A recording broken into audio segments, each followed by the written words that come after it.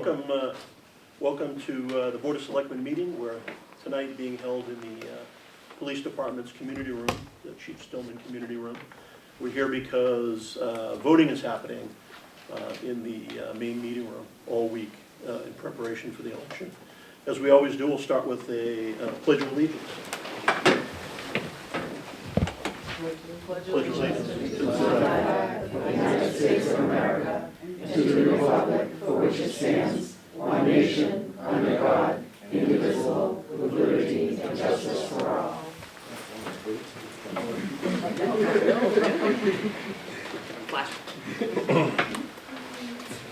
First up, we have Marilyn Thompson seeking a vote of the Board of Selectmen on bond anticipation notes, short-term borrowing for $1,840,000 and $313.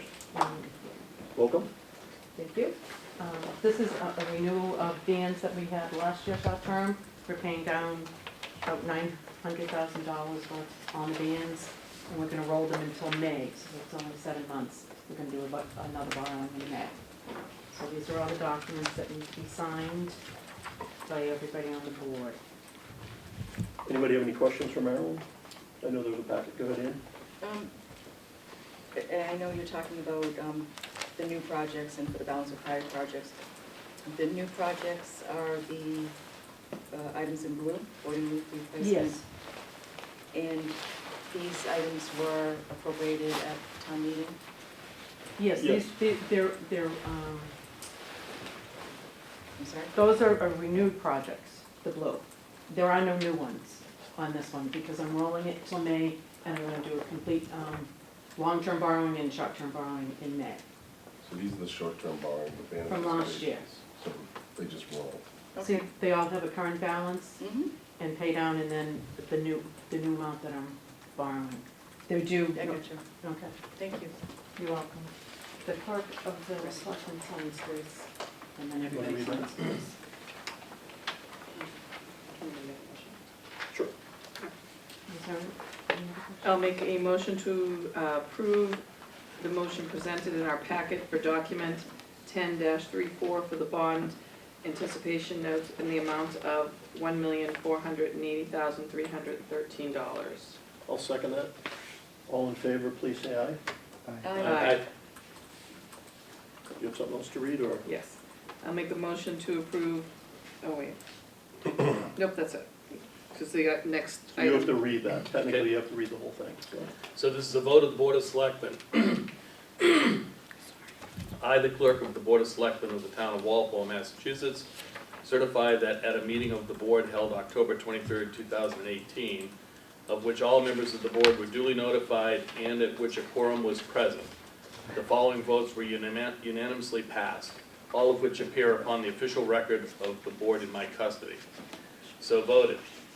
To approve the sale of a $1,480,313 3% general obligation bond anticipation notes, the note, of the town dated November 9th, 2018 and payable May 16th, 2019 to Eastern Bank at par and accrued interest plus a premium of 0.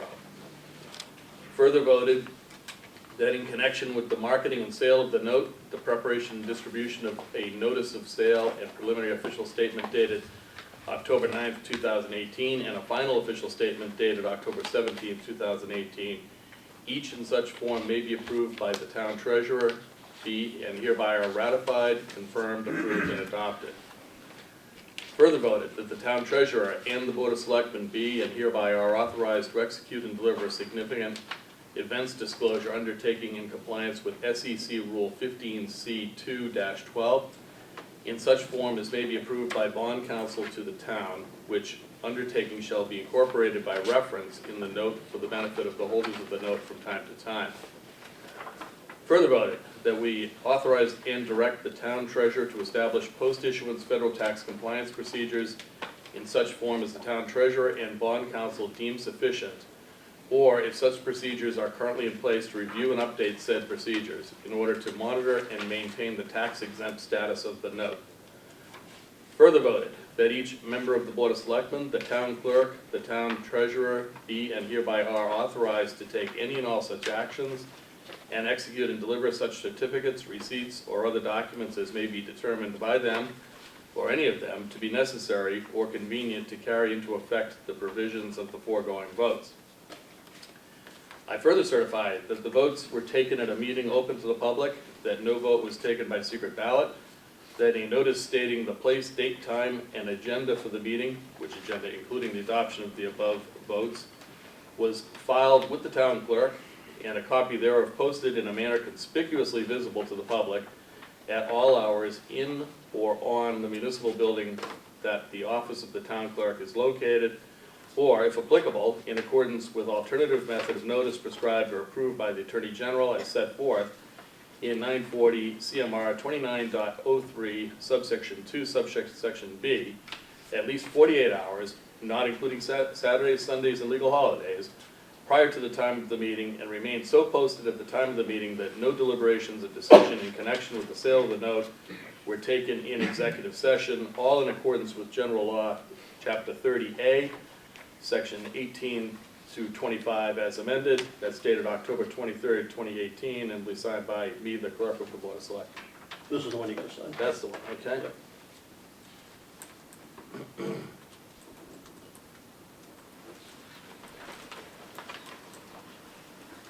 Are you ready to close out the other accounts? The other account? Sure. I will make a motion to approve the request of the finance director to close out 3 old bank accounts for Mayfair Realty and Development Corp., $2,571.60, Reservoir Realty Trust, $11.68, Reservoir Realty Trust, $10. I'll second that. Any further discussion? All in favor, please say aye. Aye. Aye.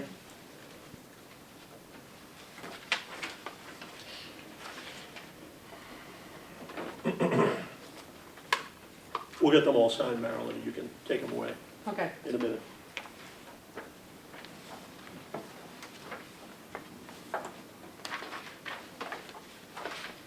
You pass that to Cindy.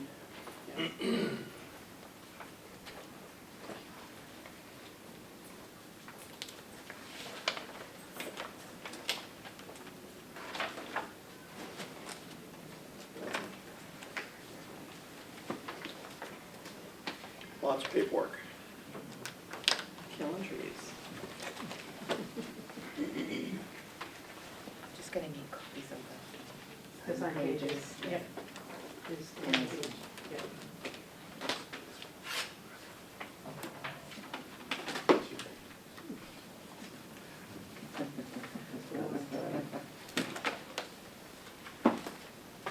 All right, next up, we have an update from the Italian American Club. Who would like to talk? Joan Corralo? Hi, John, welcome. Thank you. I was on the previous, not on the current board, but I was on the previous board. And there are many items that you're looking to have done, the town's looking to have done for the club that has been addressed and completed.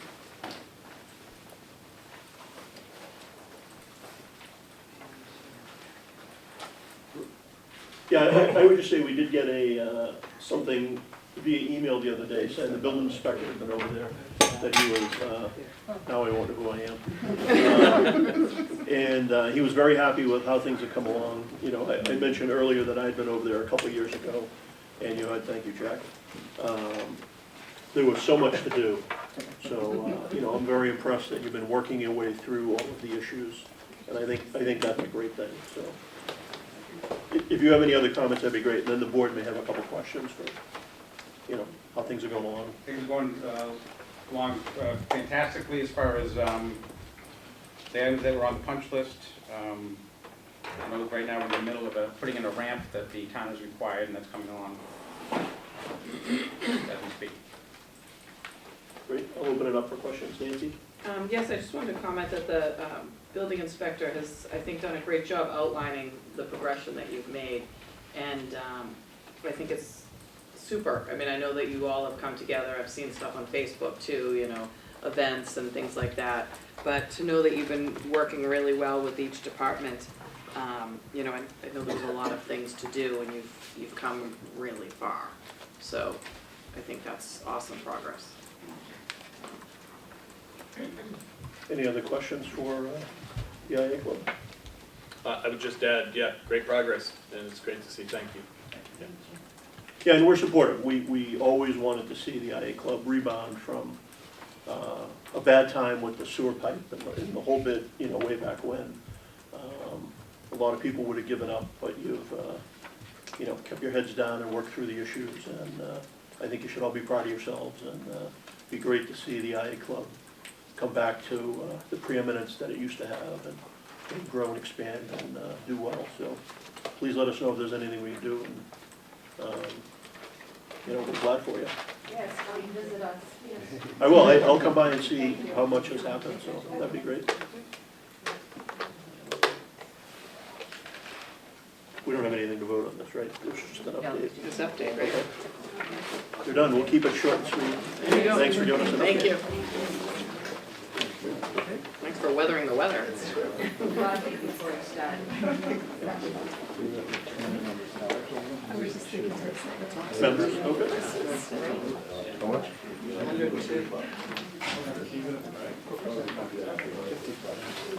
All right, cool. When I was little, Thank it was you. like, thanks, it's great. Good job, Cheryl. That's good. Yeah.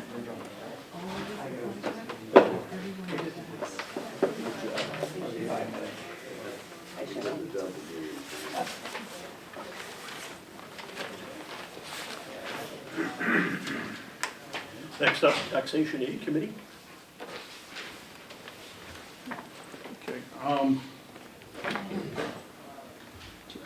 okay, Taxation Aid Committee. All right, with us tonight is Marilyn, myself, Kathy Hasenjäger, Rich Sicaro, and Jim Pellegrini. Okay, Great.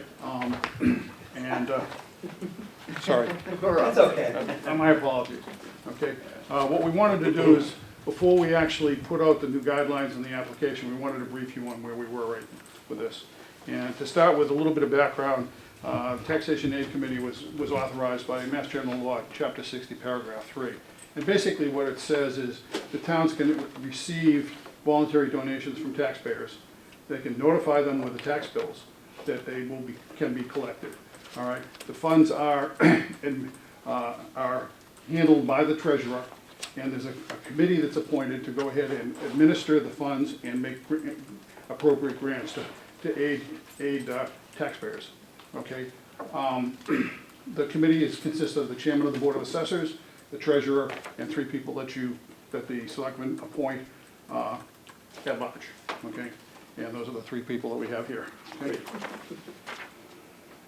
I apologize. I thought we were going to have slide projected. No, boy, we're a little disheveled here Yeah. because, you know, we got bumped out of our regular room. Right. There's no one who can help us with Right. the technology tonight, so.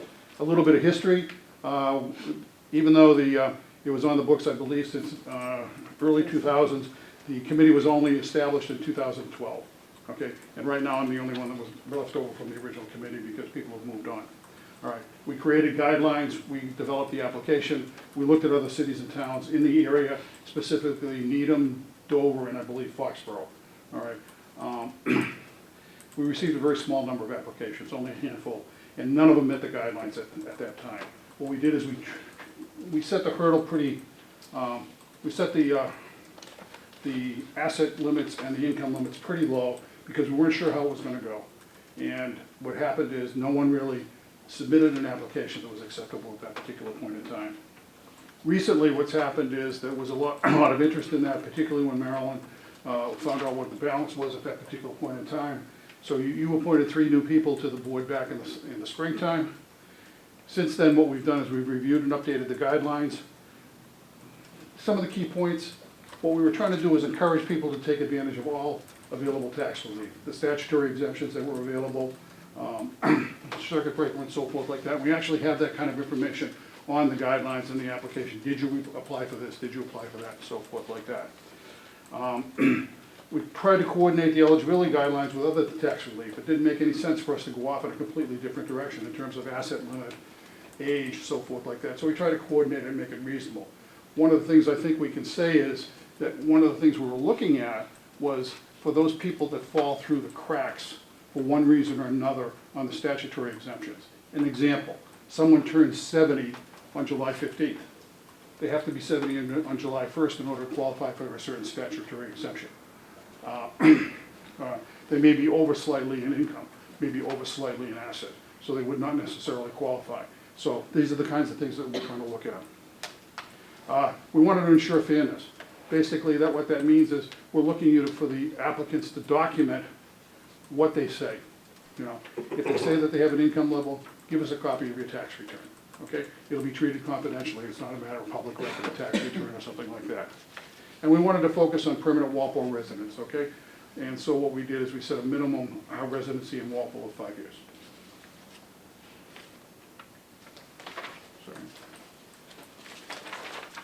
Current status, the balance is almost $65,000. We've updated the application and guidelines that's in your packet, and we've planned for outreach. What we're gonna do is send letters to the Walpole Hometown Weekly and the Walpole Times. We'll get an article in the Council on Aging newsletter. Applications and guidelines, they'll be available in the Council on Aging and also in Town Hall, okay? And we'll put a notice on the town website. And then what we will do is when we get the applications in the springtime, we will meet, we'll go through that, we'll take a look at that, and we'll report back to you and let you know how things are going after this first round. Great. I'll open it up for questions if anybody has any. Yeah. Not actually a question, but a comment. It just looks like what a wonderful revitalization of this taxation aid committee, and the criteria, you've really opened it up, but yet have a consistency there. So I applaud you for what looks like it's been quite an endeavor. I think the people that benefit from this will really appreciate that. So thank you. We're gonna try. It isn't a large amount, but every little bit helps. Right. Thank you, Mr. Chairman. Yeah, every little bit does help, and so I applaud you as well. Do you have any idea how many people are likely to take advantage of it, Jack? No idea. No idea at all. It could be, we hope it's a substantial number, Yeah. but not so much that we go through $65,000 in the first round. Right. There are well over 100 that qualify for the statutory exemptions, and as we try to coordinate the guidelines for with the statutory exemptions, it could be the same number. Is it likely to be? I don't know. Mhm. The big key thing we'd be looking at is for those that would fall through the cracks right now. Right. Yeah, that's really, really laudable, so thank you. I think great job. Thank you. It was a group. It was a team. All of you.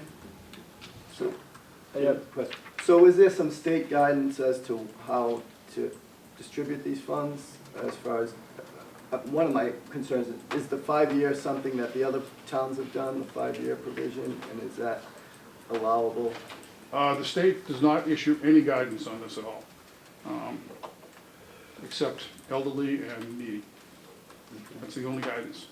And then the membership of the committee.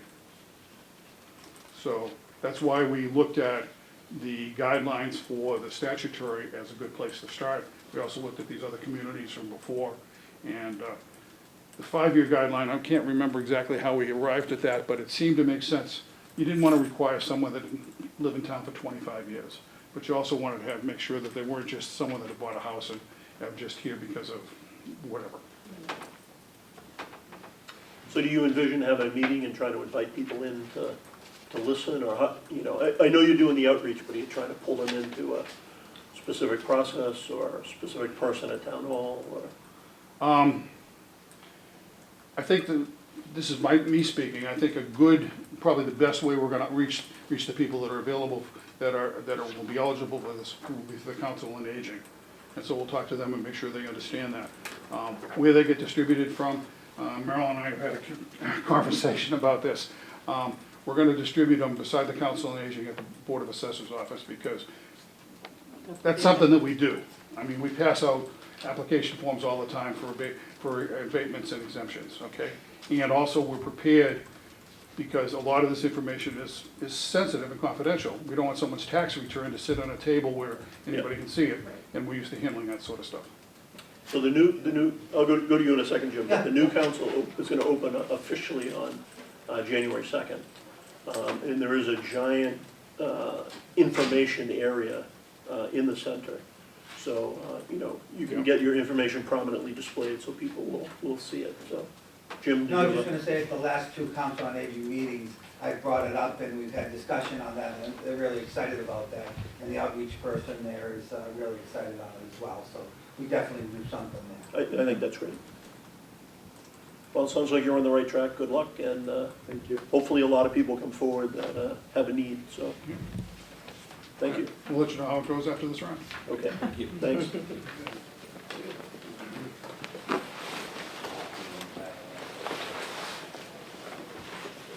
Vote change of manager, 99 Restaurant. Not here yet, we're running just a little bit ahead.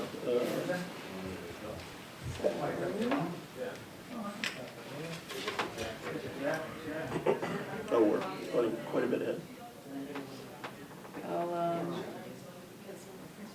I'll make a motion to approve the request to place the memorial bench on the bandstand at the Common.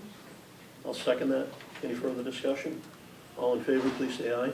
Aye. I'll make a motion to approve the use of Adams Farm by the Cub Scout Pack 44. I'll second that. Any further discussion? All in favor, please say aye. Aye. I'll make a motion to approve the request for a one-day all-alcohol license at the Knights of Columbus as requested. I'll second that. Any further discussion? All in favor, please say aye. Aye. I'll make a motion to approve the request to use Common and block off Elm Street between the Commons on November 11th, 2018, from 10 a.m. to 2 p.m. for Veterans Day observance. I'll second that. Any further discussion? All in favor, please say aye. Aye. I will make a motion to approve the annual request for the Friends of St. Patrick Parade. I'll second that. Any further discussion? All in favor, please say aye. Aye. Abstain? 401. I will make a motion to award the bid contract for 2019-09 bid for joint salt at $47.50 per town to Eastern Minerals, Inc. I'll second that for discussion. Jim, do you have any comments on that? No, Looks this pretty is a joint straightforward. bid that we've done with multiple towns. Midfield kind of coordinates it, and Rick's pleased with it. Before that, Bob was always happy with it. So Okay. nothing unfavorable action. Any other discussion? So we have a motion, a second. All in favor, please say aye. Aye. And, do you want to do the contract? Yeah, he's Sure. not coming. What? He's not coming. Okay, I'll make a motion to sign the contract for the new building commissioner, Michael Yankovich. I'll second that for discussion. Any further discussion? We talked about this last meeting. Please. I'm sorry. Yep. Okay. Have there been any changes to this contract since we last discussed it? He's actually just come in and signed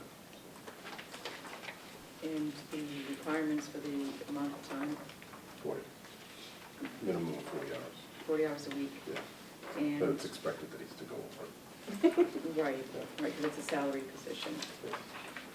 And the amount of time that he will be staying with us? Minimum of 3 years. Thank you. So motion, a second. All in favor, please say aye. Aye.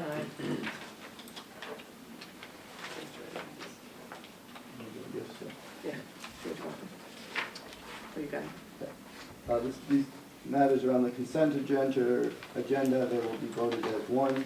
The gift acceptances from the EDIC for the Council on Aging Building Fund, $65,058.64. The Junior Women's Club to the library for $1,000. The Junior Women's Club to Community Policing for $1,000. And Conrad's Restaurant for Community Policing in the amount of $200. So I'll second that. So we have a motion, a second. Any further discussion? I did want to add one thing. Sure. I wanted to mention that the Junior Women's Clubs, 2 of these donations that are from them were specifically made in the memory of Bev Marston, one of our members who had passed away and who was very involved. We also have made some other donations around town, but just in her memory, and they were things that were very important to her. That's great. That's it. We have a motion and a second. All in favor, please say aye. Aye. Are you from 99 Restaurant? Yes, I am. All right, come on up and just sit in the front row. My kids are ready to finish that with the jingle from the TV show. From the commercial. They would have, just the way you said it. So this is a vote to change the manager of the 99 Restaurant from Nathan Steinford to Christopher Fucci. Fucci. Fucci? Fucci. Fucci, sorry about that. That's all right. That's good. Her worse. Cindy, are you happy with all the paperwork? Everything's in order. Excellent. Anybody have any questions for Christopher? Love the 99. I'll make a motion to approve the request for change in manager from Nathan Steinford to Christopher Fucci. I'll second that. Any further discussion? All in favor, please say aye. Good luck. There you Got go. right in and It out. was easy. I say, wow, first fish now. There you go. So next up, I want to have a discussion about super sales. So let me we talked about super sales 2 weeks ago. Last week on Tuesday, you were in, we had a lot of department heads, we talked about different issues. Identified a couple of issues that really stopped progress, one of which was getting the tight tank installed. So your installer, I know, came in last week and passed the test. I don't want to really look back and go over what we've talked about, but if you could give us a short update of where you stand, what's happening. I know things sort of queue upon each other as they go. You did sign last year a last chance agreement. I don't think there's any goal to try to put you out of business, although it's rare for us to have a last chance agreement. It's rare for us to renew a license. Everything hasn't already been settled. So just give us an update, and then we'll let people ask questions, and we'll try to move forward. So. Sure. As of last week, JFD Construction Septic passed the test, and we have hired him to be our septic tight tank installer. I would like to ask the board to consider that we have notification from one of our budding neighbors that they've actually begun the application process to bring sewer lines down the street. We've been told that should that progress, the information that we've gotten from them, and none of it's official, but it's from them directly, that the sewer line should be installed down the street sometime in the spring. So we would like the board to take under consideration, and obviously following up on the claim that the sewer line is imminently coming down the street, that's something to take into consideration. This, as far as the installation of the tight tank, if we are required to proceed with that, despite the fact that sewer is coming pretty quickly, we can have that done. The time frame I was given by the installer is within the next 6 to 8 weeks.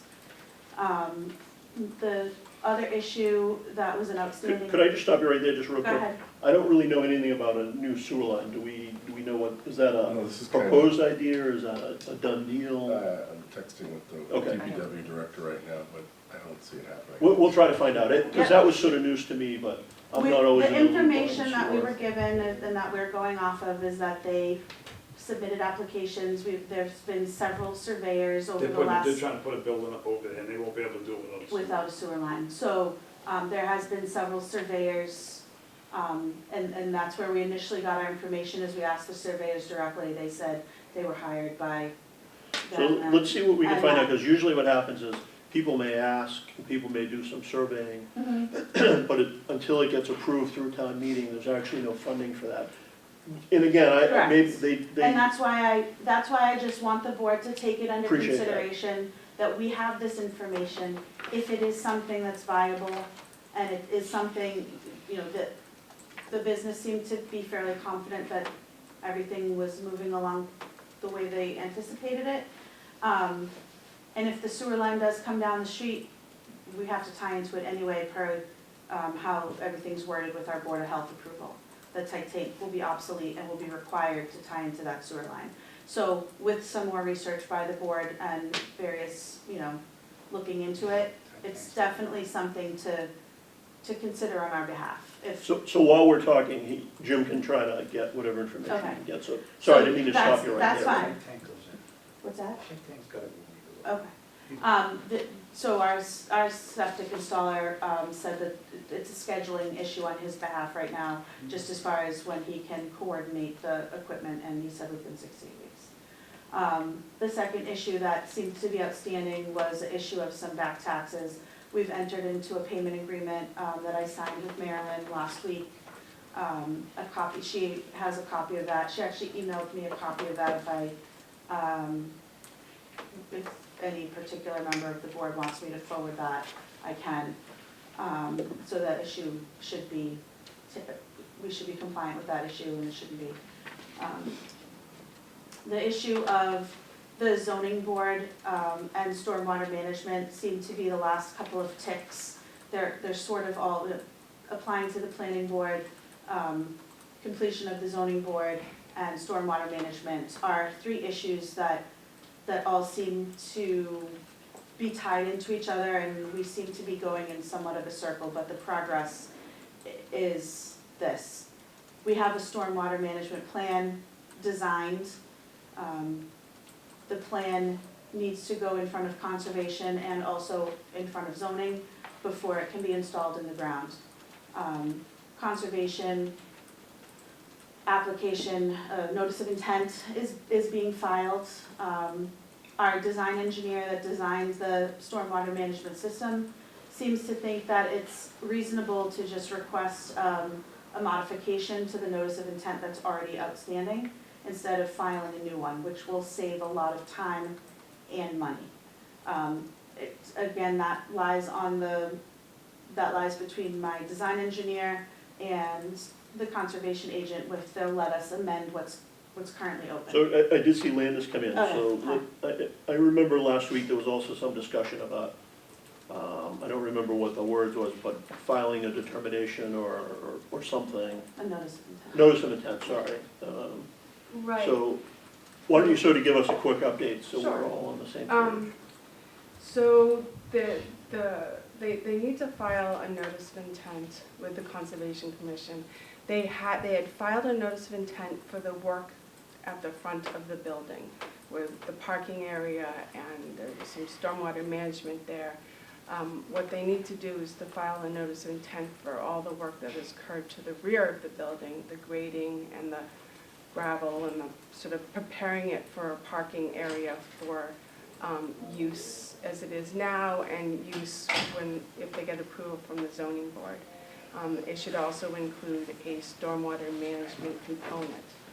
So that would. So does stormwater management come to you, or does that go to? It comes to us. Okay. Yes. The DEP stormwater management standards are embedded in the Wetlands Protection Act. Gets reviewed by the Conservation Commission, both under the bylaw and the Wetlands Protection Act.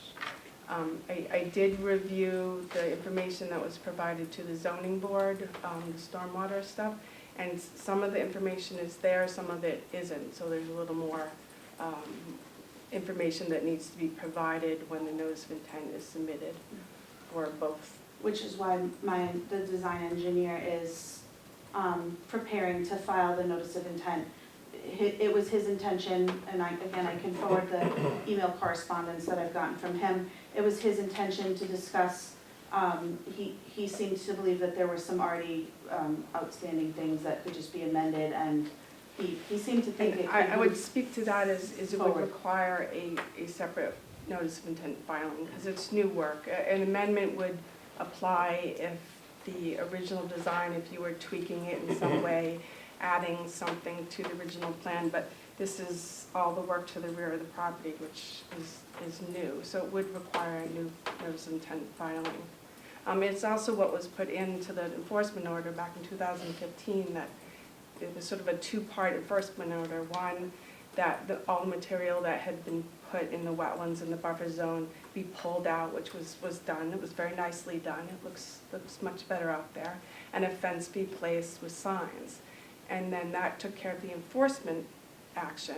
And then a notice of intent needed to be filed for the work that had been done to the rear of the property, which is common with enforcement orders. Sometimes we have them clean up and then do it after the fact notice of intent.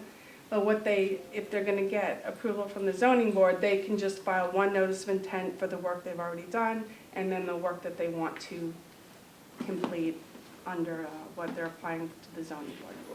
All right, let me go to Nancy. So what is the difference between where we were last year at this time and now? Last year.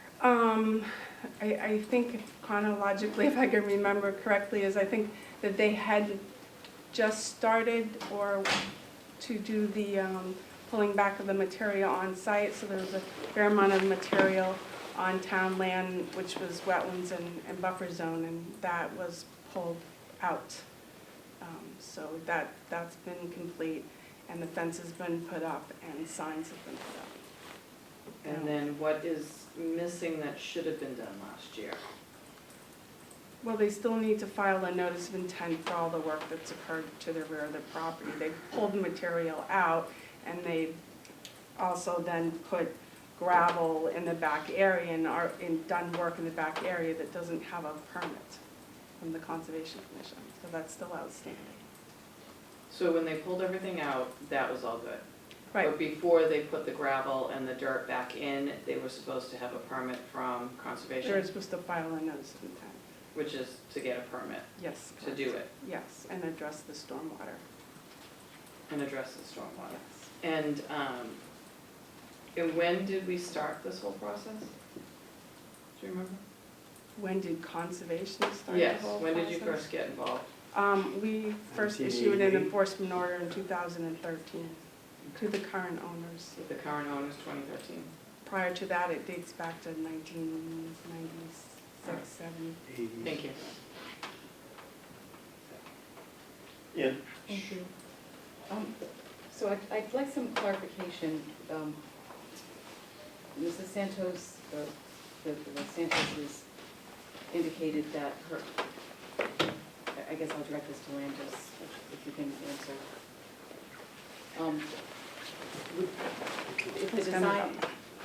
If the design engineer, who I assume has done this before, has done plans,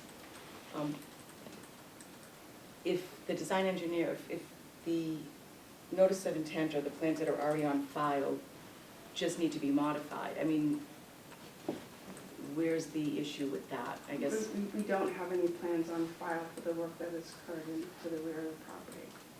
Okay, so, and Melissa, what are you referring to when you say So- something's already on file? So I was under the understanding that a notice of intent was filed for the restoration plan that we've just completed, for all the work that she's referring to us doing in the wetlands, Is that for the And- rear of the property? and that's in the rear of the property. Sides and rear. Both It was sides and encroached the all the way rear. around the whole property by Ken Zion So in when 1988. when we were required to complete this restoration plan, which was approved by the Conservation Commission, I was under the understanding that also a notice of intent was filed at that time for this restoration plan to be completed, and that is the notice of intent that I believe is current and open in front of the Conservation Commission. And when she's referring to the fact that this work that wasn't done, we were asked specifically, we have a specific restoration plan approved by Conservation, and it was completed. It was requiring a pulling back of materials. Those materials were largely burned up on our property, We're still talking about the rear. way in the rear. Okay, so Those, we're on the those, same the geographic material, all the location. material that was pulled back off of town of Walpole property was burned up in the rear, and when the fence that we are also talking about was placed, that those large berms were just knocked down within our own property, within the completion of, when you started project, we were thinking that we finished the project and knocked everything down. So if that wasn't specifically worded within that current notice of intent that's current to the restoration What plan, was?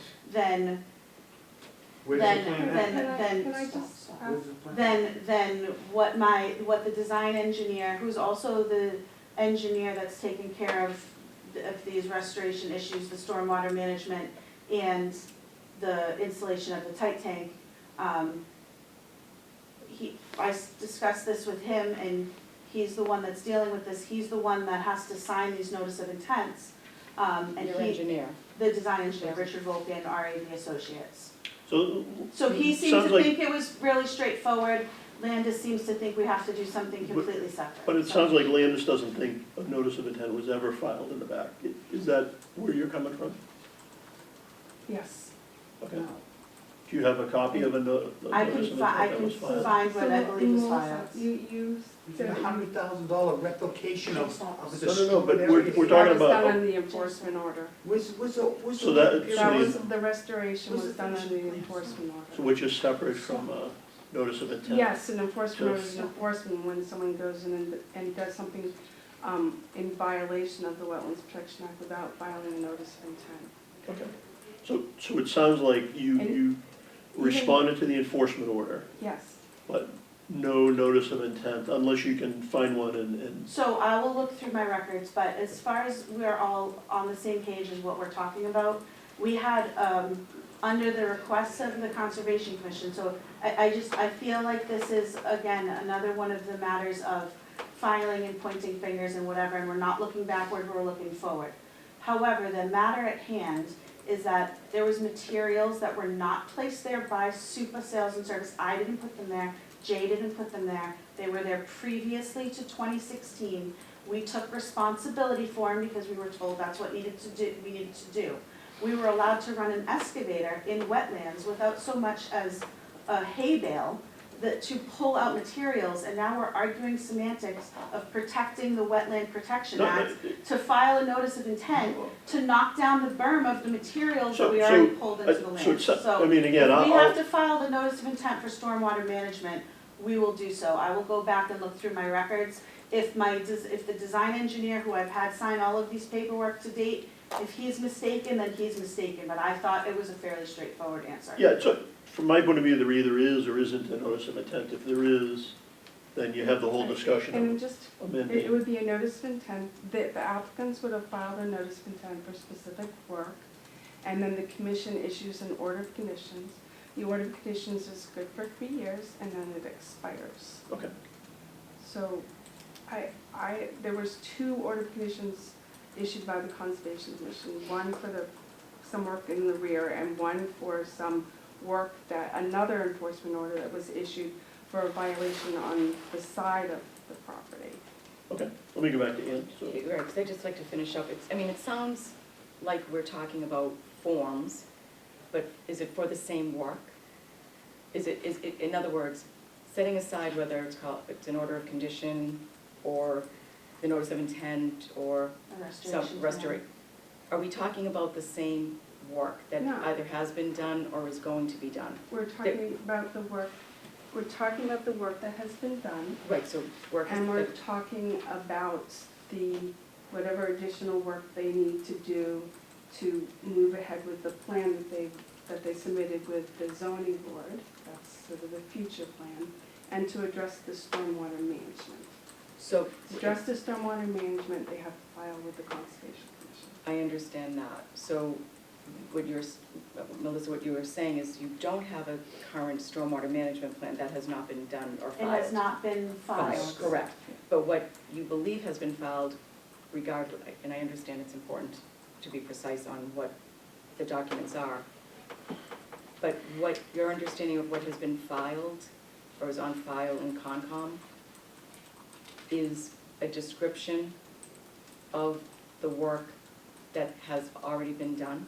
I With I don't wanna with some answer minor- that, but With some minor I believe revisions? what the notice of intent that Landis was talking about was, there was several areas that kind of came to our attention at different times. There's encroachment here, there was encroachment there, there was encroachment here.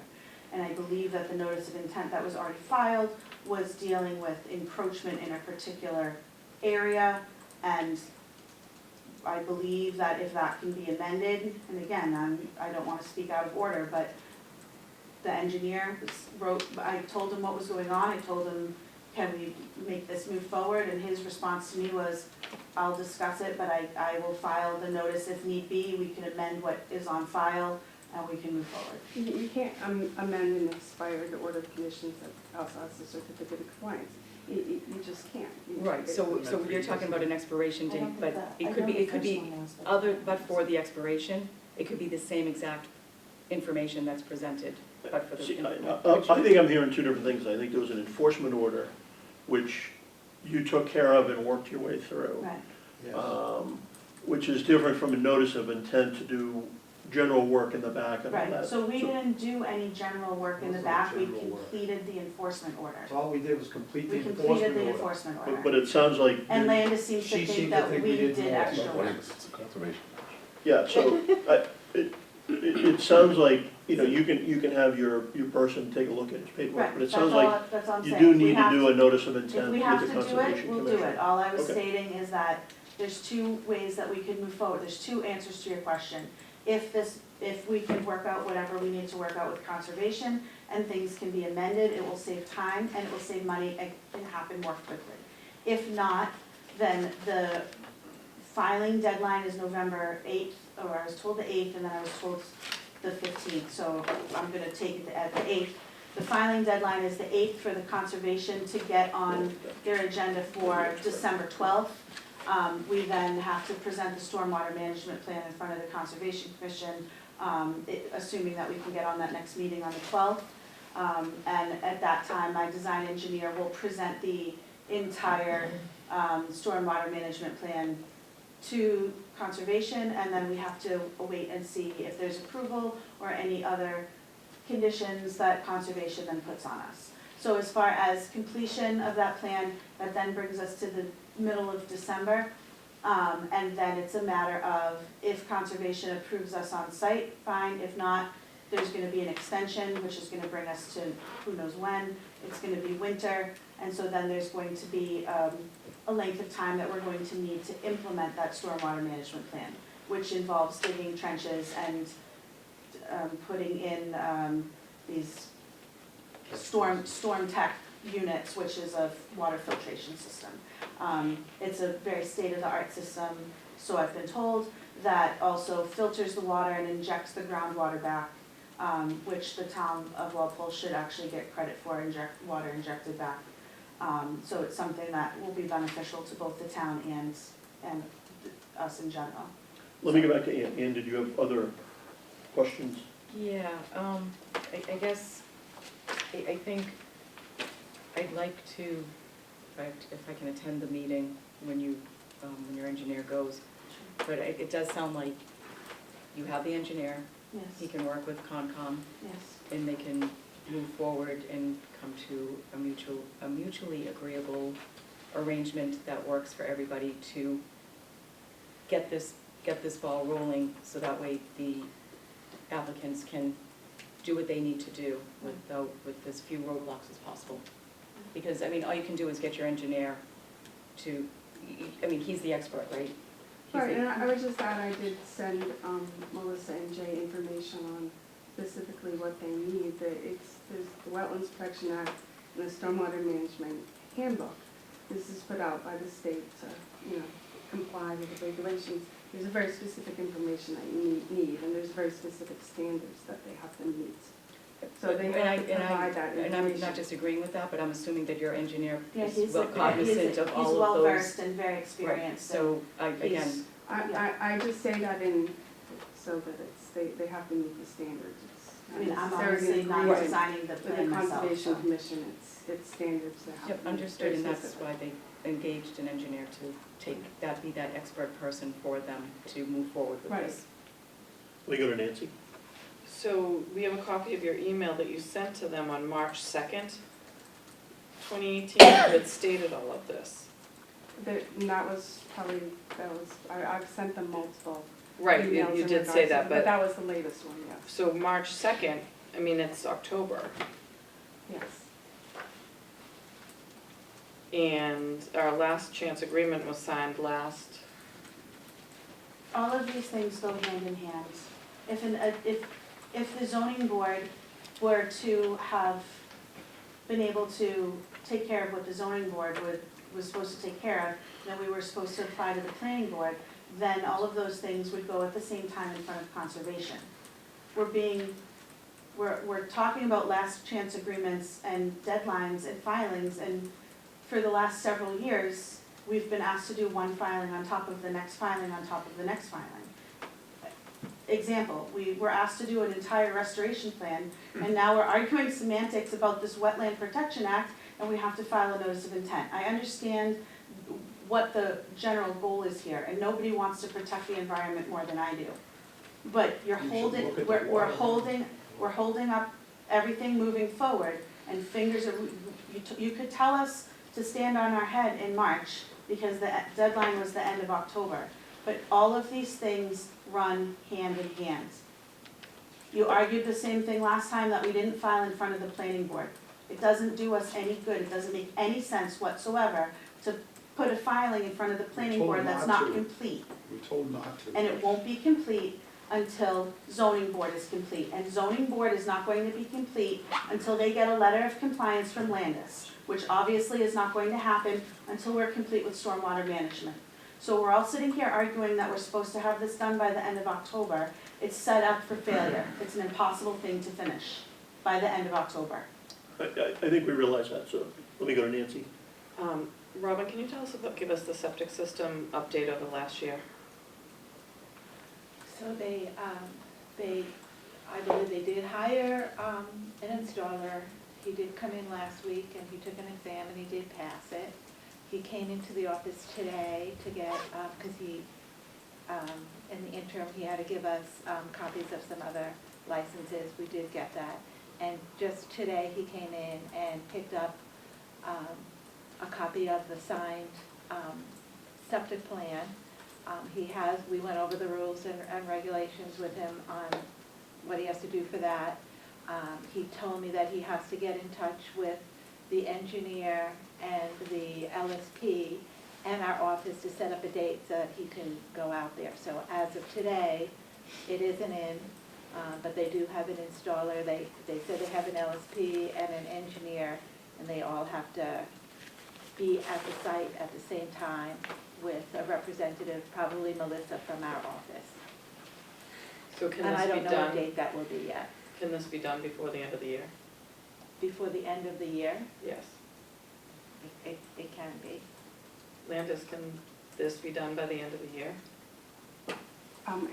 It's up to them if they want to file. I think that we have a meeting November 14th, and then we have a meeting December 12th. I believe they could probably get on December 12th if they could get all their information together.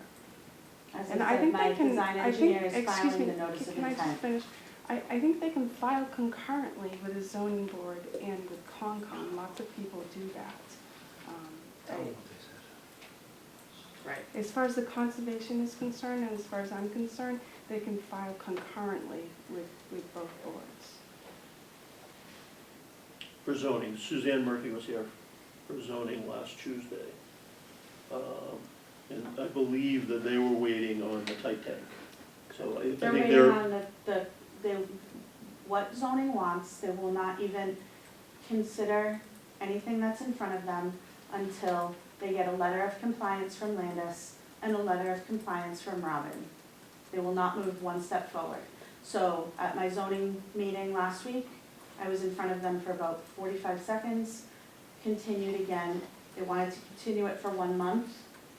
I said, there's no way, I'm not even gonna be able to get in front of conservation until December 12th. And what you're asked, what's now been asked, is being asked of us to do is to file, which I understand we have to do, go in front of the board and get this stormwater management system by the end of the year. It's not possible. So you've already filed with zoning, because you're continuing. We filed with zoning because we were required by our last chance agreement to file with zoning by February 15th of last year. And zoning is now accusing me of being unprepared in filing, and they're So- aggravated with our continuances because nothing else. Okay, is so you've completed. already filed Yes. with zoning. Yes, So it seems like you know what you can do and get done between now and the end of the year. I know what we can get done between now and the end of the year. I didn't say that we couldn't get the septic in between now and the end of the year. I'm telling you that I do not think it's logistically possible to have stormwater management completed before the end of the year. I also don't think that it's a reason for us to not be able to run a business. I don't. Landis, could that be done by the end of the year? Do other businesses do it? Could they file and install by the end of the year? That's a hard question to answer because you're going into the winter. If they can get all the requirements of the stormwater management report to the Conservation Commission, file for the December 12th meeting and at least get, you know, the thing They'll have is if all the 15 days to information do is that. there, the commission reviews it, I review it, and it's issued, so it's possible. I don't know if it's possible to install, but Let me go to Ann, then I have a couple comments, so. So, and this will be my last, I don't really have much more to say, but I walked the property this weekend, and I went throughout, inside and out in the building, and, you know, it was a beautiful piece of property. I saw the before and I saw the after. I commend these people for taking the initiative to put so much work and effort into something, and I urge anyone on this board to go walk that property. I'm sure you have walked it, you've seen all the work that's been done. It's clearly been turned into, from a dump to an aesthetically pleasing, revenue-producing, taxable property, which is nothing but a benefit for this town. I think that by, you know, I understand that there's these last chance agreements, but if we really mean what we say about making this a successful endeavor for the applicants and the town, we should not be setting an artificial deadline. I mean, clearly, Landis is even conceding that 3 months is not sufficient time to take all the steps, follow up all the notices, get in front of all the boards, because the applicants are at the mercy of our schedules. And it's not just one board, it's several boards. I think, in my opinion, a fair adjudication of this would be to set a 6-month deadline with monthly updates in front of the Board of Selectmen, whether it's at our meetings or whether it's by email, with, you know, what has been filed, what, I feel like everyone's operating in a vacuum. Concom, Board of Health, Board of Selectmen, Zoning Board, and Planning. And it's a very, you know, I know we sit here and say, well, other businesses have done it, but it's a very, you know, labyrinth of regulations. And, I mean, I'm hearing all this stuff that I know nothing about, stormwater management, and no one has. trenches, and No one has and it. septic. But my point is, I think it's only fair to, and there's no downside. I don't understand, where would the downside be to extend it 6 months? Because if we don't, and they're set up for failure, then they lose the property, and all of that hard work that has, in money and resources and time that's been put into the property goes to inure to the benefit of someone that hasn't done it. And it may not, and God knows how long it will take the town to recoup any tax revenue from that. I guess I just don't see any downside to moving forward. There's certainly a plan in place. They have all the experts in place. They seem to have their plans in place. So I don't know why we would nickel and dime them with time when, 3 months or 6 months isn't the goal to make this succeed. Let me go to Nancy, and then I'll go to David. So I'm gonna disagree. It's not 3 months, it's been since 2013 that this started. The last chance agreement was signed last December. And I think it's unfair to every other business in town that actually follows these deadlines and gets things done. And, you know, it's shameful. And I think that to say and to minimize just because we aren't versed in stormwater management, I mean, there's a reason for it. There's a reason for stormwater management. There's a reason for the Conservation Commission in every single town to be watching these things. We have a lot of wetlands, and we have a sole source aquifer that is very important to this town. And the things that happen, and yes, they absolutely took on a piece of property that was troublesome. And I was on this board, and I specifically said, this is a troublesome piece of property that it is going to be trouble for you. It's from 2013 to 2018, and we are still here every single year. we renew how many licenses every year, and we do not go through this. A last chance agreement that was signed last year is a last chance agreement.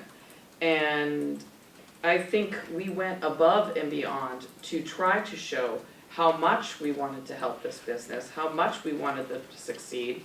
And the problem isn't with this board, it isn't with conservation, it isn't with zoning board, it is not with the Board of Health. It's with the fact that the business has not held up their end of the agreement. And as a matter of fact, Dan, exactly what you just said, they have the specialists in place right now. We were told exactly all of that by their lawyer that was standing with them last year. So to me, I'm sorry, I feel that I also have a responsibility to our wetlands, I have a responsibility to our aquifer, I have a responsibility to the other business owners in town, and that's how I feel. Okay, let me go to David. So I had a few questions. Earlier, this came up to the front, and it was a enforcement order from 8/12/2015, and attached to it are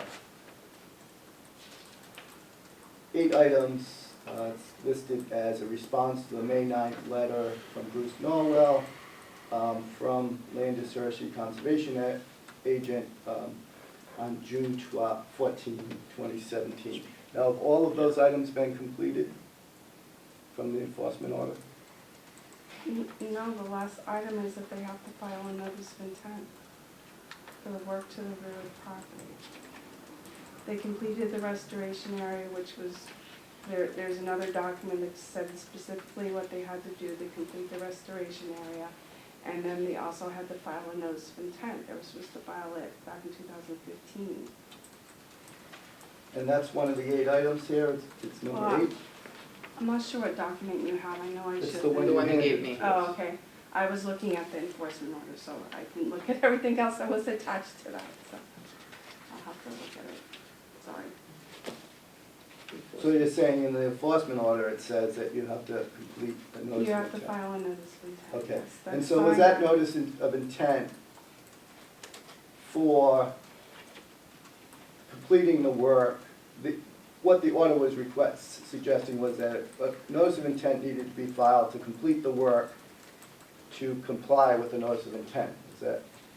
The enforcement order was issued for the violation, which was the material that was placed in and around the wetlands. And the restoration plan was written up, and we were asking them to start the restoration plan under an enforcement order. It's often called a friendly enforcement order to allow a violation to be rectified, and then a notice of intent needs to be filed afterwards. So we have a plan of record, we have an order of conditions that gets recorded at the Registry of Deeds, so that we have a record of work that has been done within 100 feet of a bordering vegetated wetlands under the Wetlands Protection Act. Okay, And so, now I'm just saying that they can include the other work that they've applied before the zoning board. so the notice of intent in this Is an document application. is an application? Yes, a notice of intent is an application before the Conservation Commission. So the notice of intent or application before the Conservation Commission was to be for the work they were doing, or would have at least been in process of doing, to complete the violations, to abate the violations. Yes, the Okay. plan should show, as well as the work in the parking area, which is where the gravel is, which was not in violation before, but it's. But I thought there was a separate notice of intent for that. You said that the work in the rear was on a separate notice of intent. Well, I'm and talking therefore about, could I'm not sorry, I'm be talking about amended. on all of that enforcement orders for the work of the rear of the property. That's correct. Moving the stuff out of the wetlands. That's what I understand. Okay, So, so Well, that was an enforcement order, it sounds like. They an didn't enforcement file order. a notice we of often intent. issue an enforcement order, say you need to fix the problem, you can start on the enforcement order, but then you need to file a notice of intent, which is the application, go before a public hearing, submit a plan so that an order of conditions can be issued and recorded at the Registry of Deeds. and the notice of intent, just to clarify one, I Sure. don't know why this is. So, but the notice of intent contemplated in this document, in section C, says, complete the attached notice of intent, was for the work that would have been done to, The rear of the property. wait a minute, to abate or to get rid of the violation. Is that correct? And any other orders of And any- conditions that and- would have been issued. And anything else that they wanted to do to the rear of the property. Okay, but that wouldn't have been, what they intend to do in the future would not have been a part of that notice of Okay. intent Yes, in it could. in the order. Because they had already specified that they wanted to make Okay. improvements to the rear of the property. And that's what they had started when there was a violation. So So, it should have shown everything they wanted to do to the rear of the property. so what of the work that they've done at this point needs to be undone or corrected? What needs to be undone? Nothing needs to be undone. So it's a matter of filing this paperwork, and it looks like most of it would be approved. Well, there may be some additional conditions for the work that has been done, and to complete this notice of violation or enforcement order. I hesitate to say it would be approved because it's a 7-person board of the Conservation Commission that approves work. Okay, but So do I'm you see really it? not, Okay, it's hard for me to say it would be I'll ask it approved, that this but- way. Is there something so glaring that you know it won't be approved? No, the only thing that I haven't specifically seen is the plan for the stormwater management. So the stormwater management plan is a plan that shows the collection of all the stormwater from the impervious surface, collecting it to a structure that meets the standards of the stormwater management handbook to take out for water quality and for rate, so the discharge is the same. But do we That suspect I that haven't seen, so an engineer will get pretty close to what you need to do, and maybe need to be tweaked? I'm hoping and feeling very positive that that's gonna happen. Okay. Let me go to Jim. And then how much additional, do you guys know how much the work is going to cost to do the stormwater water management? Like 50,000, I'm sorry, how much? 50,000, maybe more. And if I could, I would say with any application before the Conservation Commission, if it's a single-family house owner or business or whatever, they often come and present to us how whatever they're gonna do is gonna be making improvements to their property, it's gonna look nice, it's aesthetic, it's pleasing, and we always agree with that, but even if you're improving a property that falls within the 100 feet of a wetlands, you still have to file a notice of intent, because the actual work that you're doing can cause damage to the wetlands. So I look go out there and it does look much better, I agree, but it still requires a filing with the Conservation In fact, Commission because it's within 100 feet of the wetland. If I just make one statement to that, is that two things that I'd like to say is that Landis just stated that this notice of intent that needed to be filed was for work that was already completed after the fact, which just was I didn't hear completed in that, but July. I didn't hear I that. wrote it down as she was saying it. She said, addressed Mr. Salvatore and said that what was on that 8-point step, the final thing that's not completed is the notice of intent filing, which the restoration plan was just completed in sometime between the spring and July. The second thing I'd like to just state is that Ms. McKenzie keeps stating that this is back to 2013. And I understand that we ran a business at that property in 2013. However, we were not the property owners. And if anybody has ever tried to, let me just state this. Yes, we were dealing with a complicated property and a complicated human being. You guys were telling us to do one thing, and we were trying to get the property owner to do it. Landis herself has stated that Conservation Commission tried to get that man to do things back since the 80s and 90s, and the town was unable to get him to do things. Documented. The town was unable to get him to do things. What makes anybody here think that we can take responsibility for doing actions on his property? We did not have the jurisdiction. You can say it's back to 2013, but we took ownership in 2016. This is when all of the issues started, and we are taking responsibility for actions that we did not cause, and we're being, and I take personal offense by the statement that we're not doing our job and we're not running a business like everybody else. Because I also know for a fact that there's multiple businesses in that area that do not have stormwater management. Okay, I'm done with my questions, but I did have a statement I Yeah, wanted to make. but let me just, I need to go to Jim, but I did want to respond, because on the, there was an enforcement order, and the last item on the enforcement order was to file a notice of intent. We just I mean, completed the this. notice of intent wasn't, as best I can tell, for the enforcement order. It was to then look at the backyard in its entirety, because you had already, but that's what I heard. I understand that you zoomed in, and maybe Mr. Salvatore did, that was the last step in the enforcement order. I didn't see it that way. I saw it as one more item in the enforcement order, so that conservation could then look at the entire backyard. The So only work that needs to move forward as far as work in the backyard is concerned is the installation of the stormwater management. So, but I'm just saying, I mean, I understand where you're coming from.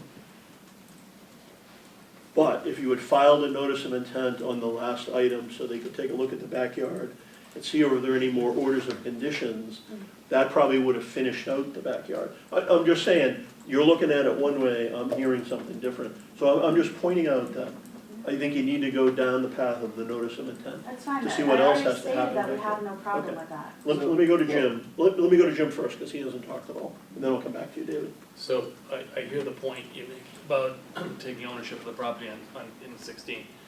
Did you enter into an agreement with the town in 2016 to fix these problems?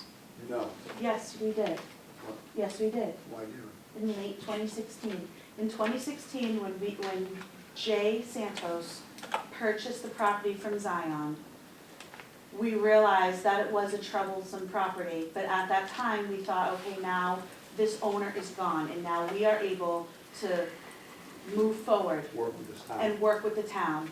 There's some additions we wanted to do, there's some improvements that we wanted to do, and at that point is when we brought the building inspector, who was previous building inspector, was brand new at the time. We brought him to our property to say, this is our intention, we would like to move forward, we would like to know what's important to the town, we would like to know how to work with you and what are the steps we need to take so we don't have this issue that we're having right now, which is filing on top of filing and on top of filing. And it was at that point when we were that was the first time that we heard that we were in violation for various amounts of things from that building inspector. And it was between that point in May or June of 2016 and the end of December, when our licensing came up in front of the Board of Selectmen in the end of December, the end of the year of 2016, that all of a sudden, all of these violations and issues were presented to us. And it was at that point in 2016 when we entered into an agreement with the town. It wasn't a particular agreement, it just said, these are the lists of your violations, and that at that particular point, we started ticking things off the list. So here's the where I come from on it. Because we make it sound like it's some relatively short period of time, but it isn't. It's not a It may relatively not short be period as of time. long as it could be sound to be back to 13, and I grant you that, but it has been since December 16. And here we now are approaching the 2 years on that. This is after a subsequent agreement that is your last and final. And somehow, there's always a reason that things don't get done. And that's really concerning to me when I consider the nature of the things that aren't getting done. Okay, the wetlands are important to us. And so the nature of the things that aren't getting done are a big deal to me. Why is it that you have not filed the notice of intent? So if I go back now to the March note from this year, Yes. saying you must file the notice of intent, why have you not done that? We were told by the design, a notice of intent is not a document that myself, can file. It requires the design, there's information on second. there that I do not know how to answer.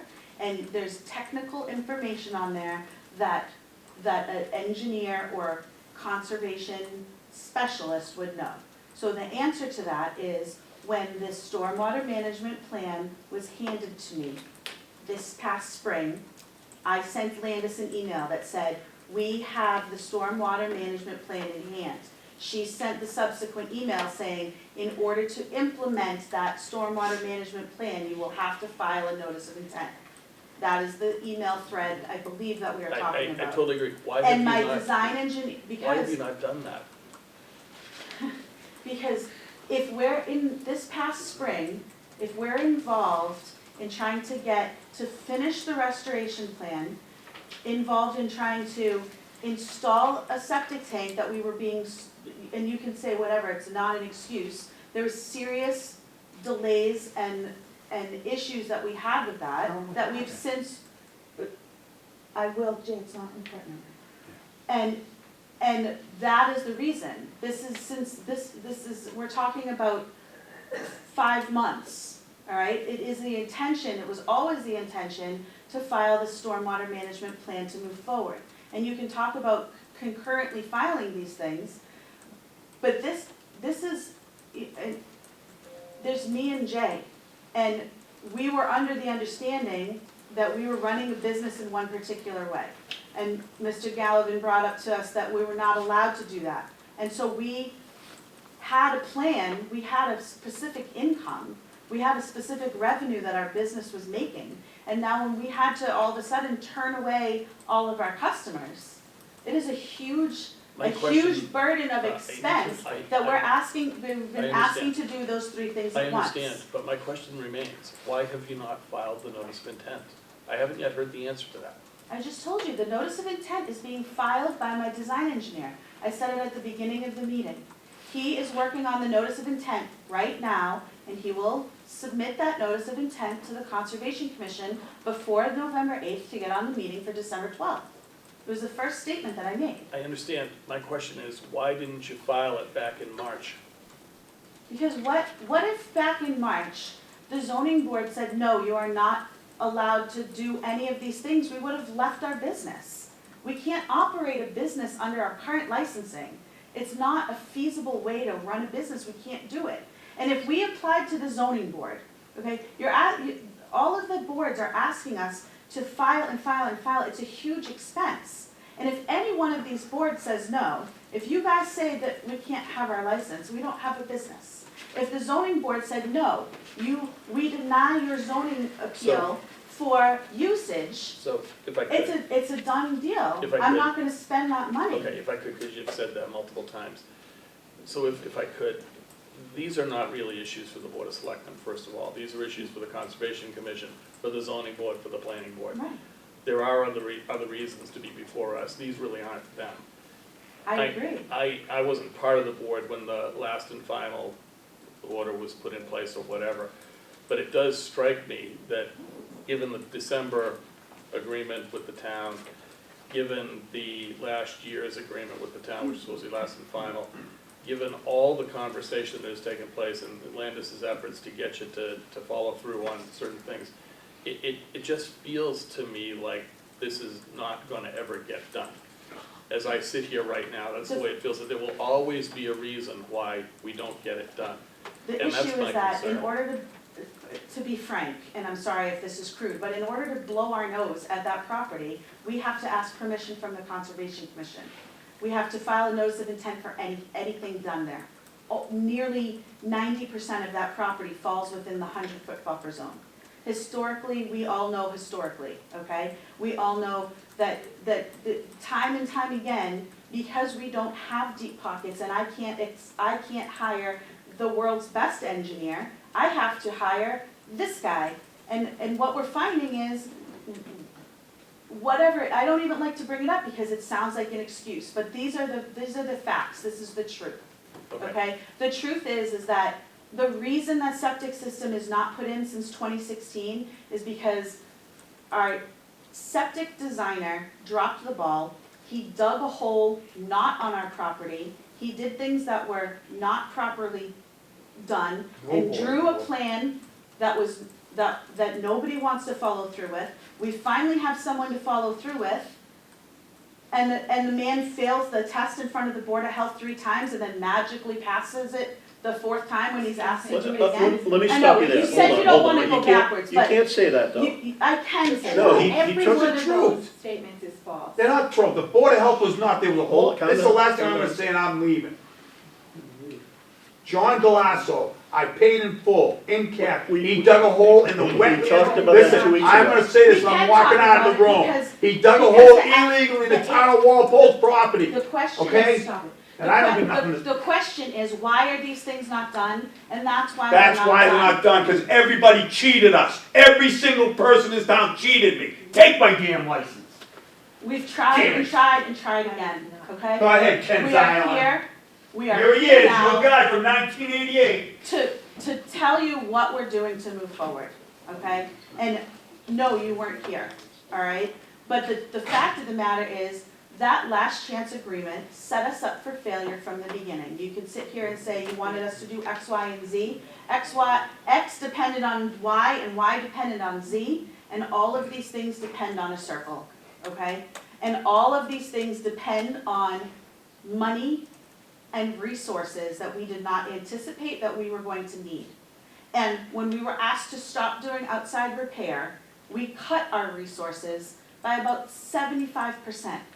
You cannot run a business the way our dealer license is currently set up. You cannot make money the way that our license is currently worded. You can't. And when we went into compliance and we said, we'll do exactly what you said, we followed every single rule to the best of our abilities. And what it comes down to is that we had a revenue source coming in, and when we have to start turning away our customers, that revenue source is gone. That's how I pay these people to take care of these problems. All right, we're doing everything that we can do. If we have to put in this tight tank, the tight tank can be done within the next 6 to 8 weeks. He pulled the plans today. It's now a matter of coordinating an engineer that's extremely busy, an LSP that's extremely busy, that's already tested the soils once. Now I have to pay him again to come back and be present during the installation of a hole that's already dug, so I have to pay him again. I have to pay the engineer again. I have to pay Melissa, please stop. We've had that conversation multiple times. He asked the question, I'm answering his question. Okay, but a short answer is a good one. And you're That's the repeating what you answer. talked about 2 weeks ago Then and what you talked about last That is week. the answer to the question. Okay. The Do you have answer any- to the question is that we have done everything that we can on that list, and it's only the 23rd of October, okay? Our last chance agreement ends the 31st.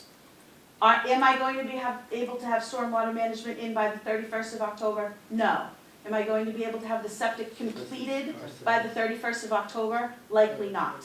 Am I going to be done with the zoning board? No, because the zoning board completion depends on those other 2 things. But all of those things are plans in place moving forward with an end in sight to be done. And that's my answer. Thank you, Mr. Chairman. David? Okay. So, it's interesting, we had, I voted in favor of taking this license and setting up this last chance. We actually took the license for a little while. Yeah. And we came back and we did the last chance agreement. And we were doing the same thing with the Italian American Club, and it's just an interesting contrast here. The Italian American Club, we had a room full of people here that were able to get that work done. And it was actually quite complicated, but may not be as complicated as Mr. Santos and Ms. Young are dealing with. But among that group, which I have some familiarity with, there are engineers, there are plumbers, there are construction guys, there are people of various stripes that were able to come together and come up with cash in some cases to get that work done. When I voted to take the license or voted for the last chance agreement, it was never my intention to stop this business. It was all a method, as I've said several times, of putting people's feet to the fire. I spent 13 years of my career doing exactly that in housing court in Providence, and working with people and trying to get people to resolve their violations and complete the work in order to get their businesses back on board.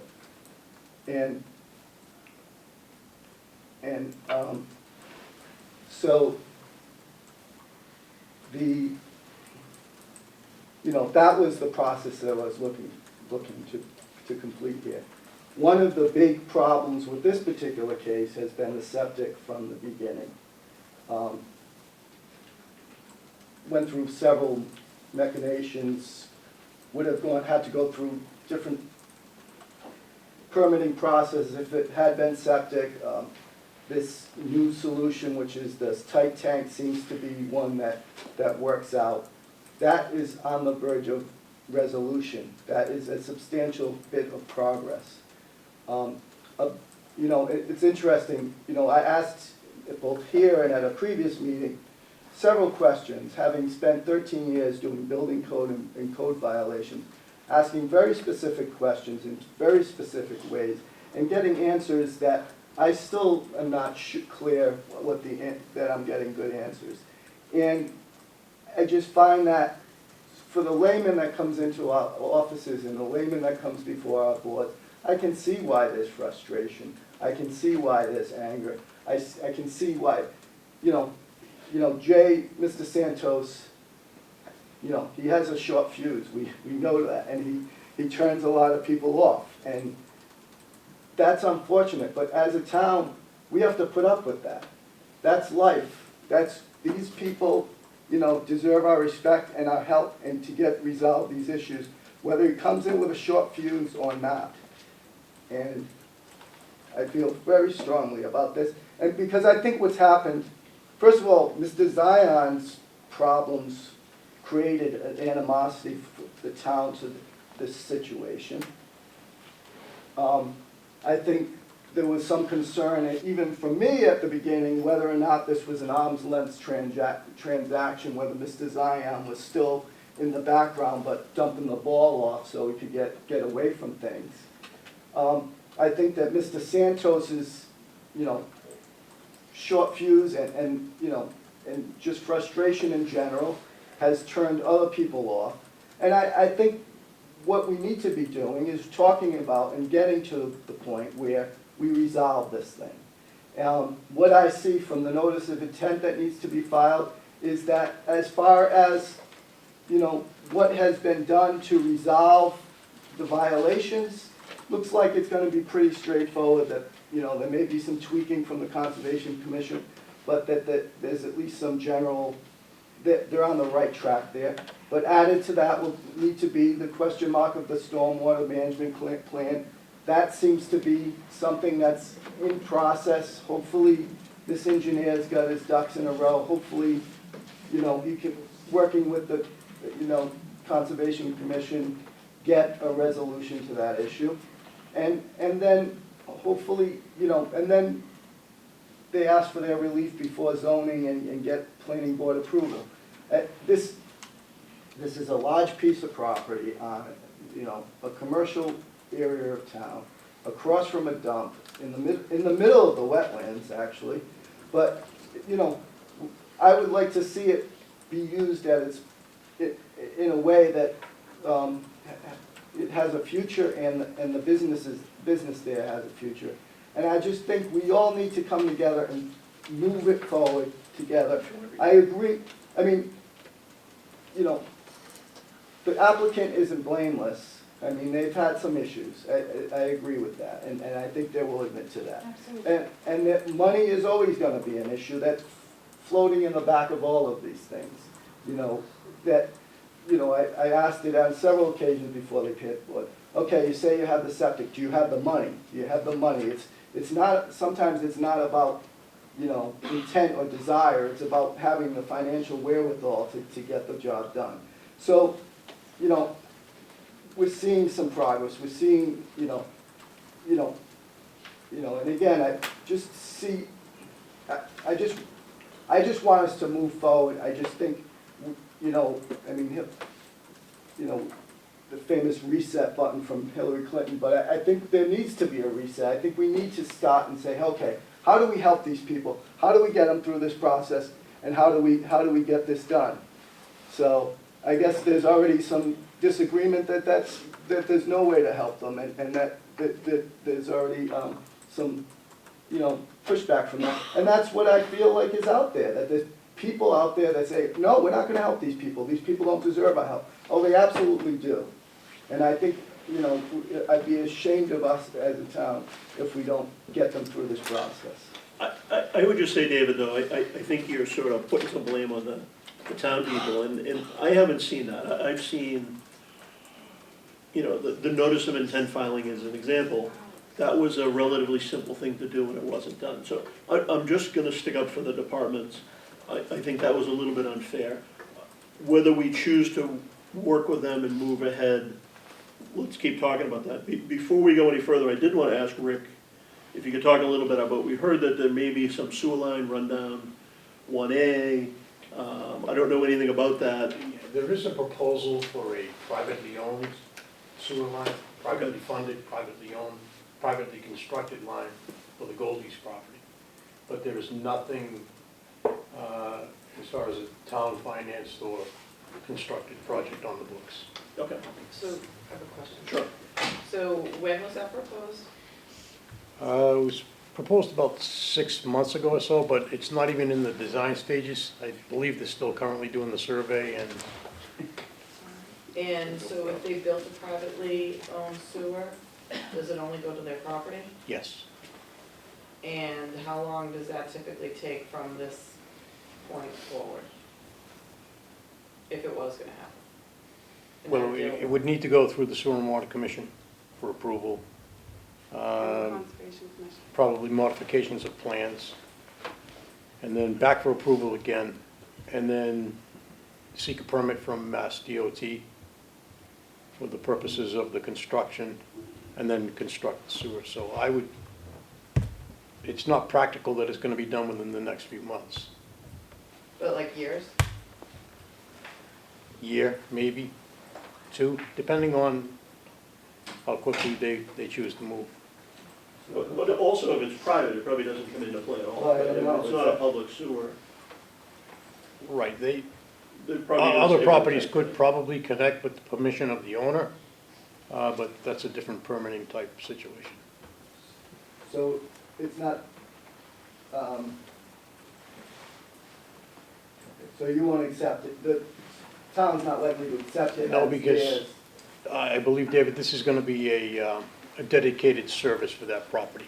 I mean, the commission may require certain things. I believe this particular system that they propose is a forced pump system because of elevation changes. So that kind of muddies the waters a little bit further. So it would be up to the Sewer and Water Commission as to whether they want to take ownership of it and allow other connections. Just for curiosity, how far do they have to go? Where does the last? Roughly to Raphael's. Okay. If I could, Mr. Chairman, I just think that whole part of this conversation is completely irrelevant. Completely irrelevant. But it's good to know that it's not a public sewer and it's really not in play. That's right, but again, to think that it's going to be somehow a mechanism to solve it, it's not. Yep. And I just don't want to get lured into that. So the question is, you know, we're coming up on the end of the last chance agreement. Certainly, I think you have hit a breakthrough in that you know, in the foreseeable future, you can get a tight tank in the ground. Yes.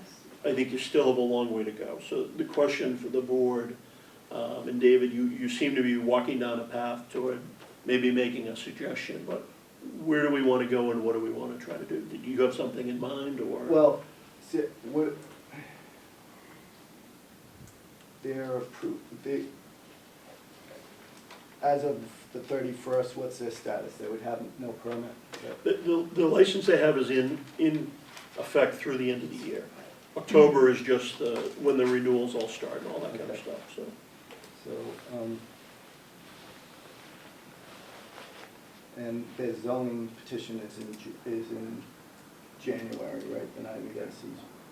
I mean, I would just say that I would be okay with some push of the date to try to work through the problems. I think we would need a periodic, and it doesn't have to be in front of the board, but a periodic update, maybe a monthly update on what's So- new and what's happened. But we would need to see a dedicated, you know, you gotta get to zoning, you gotta get approved by zoning, you gotta get through conservation, you gotta get approved by conservation. Could I make a Sure, suggestion? Jim?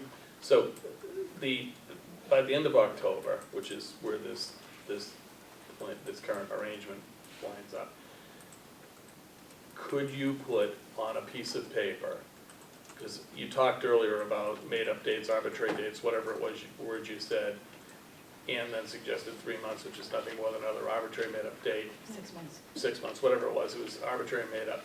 My question to you is this: if we said to you, come back to us before the end of the month with your plan, the one that you're going to commit to, and by the way, it can't be 6 months from now, it's gotta be pretty quick. I'd be inclined to look at that and see if it's something that I could get myself to agree to. But it would have to be something that you are absolutely signed up for. And what I would be looking for is milestones in that plan that I could measure, and if you miss one of them, it's done. Can I, before you speak, may I interject on that? The end of the month is 7 days. This thing's been in place for a year.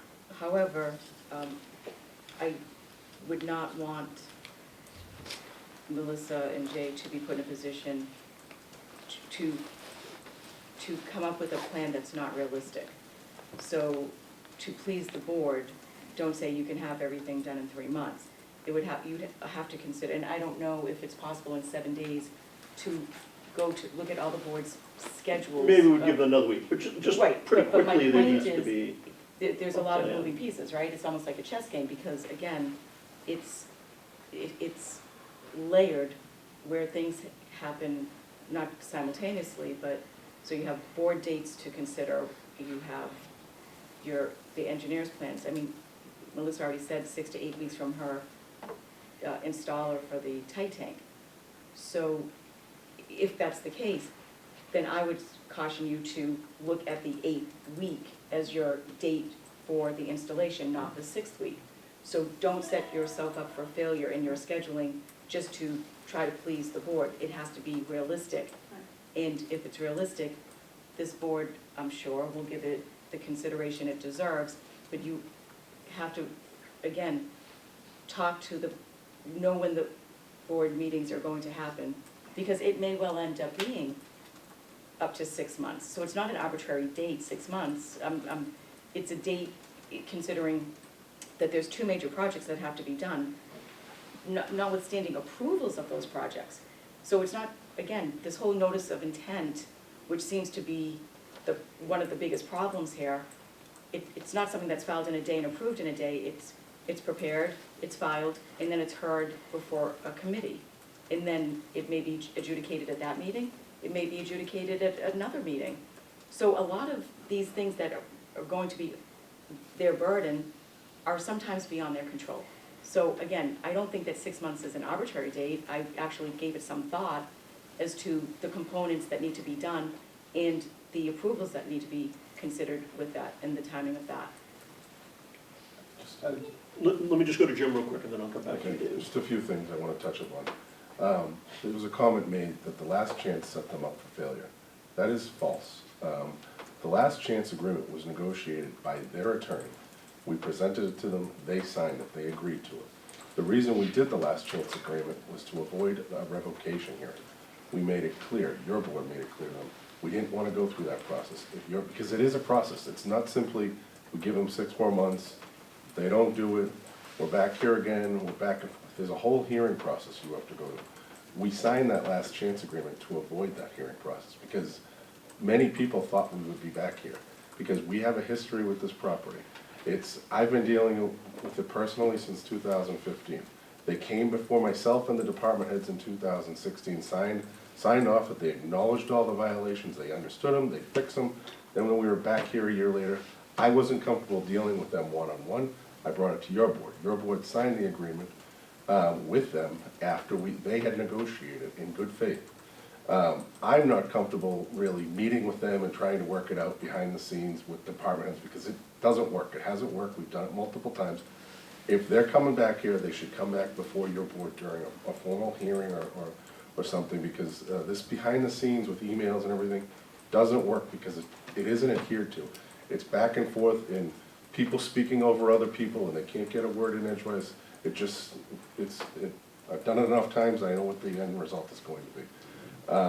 So that's what your board needs to really consider. If you guys decide, I think we send out the hearing notices in December.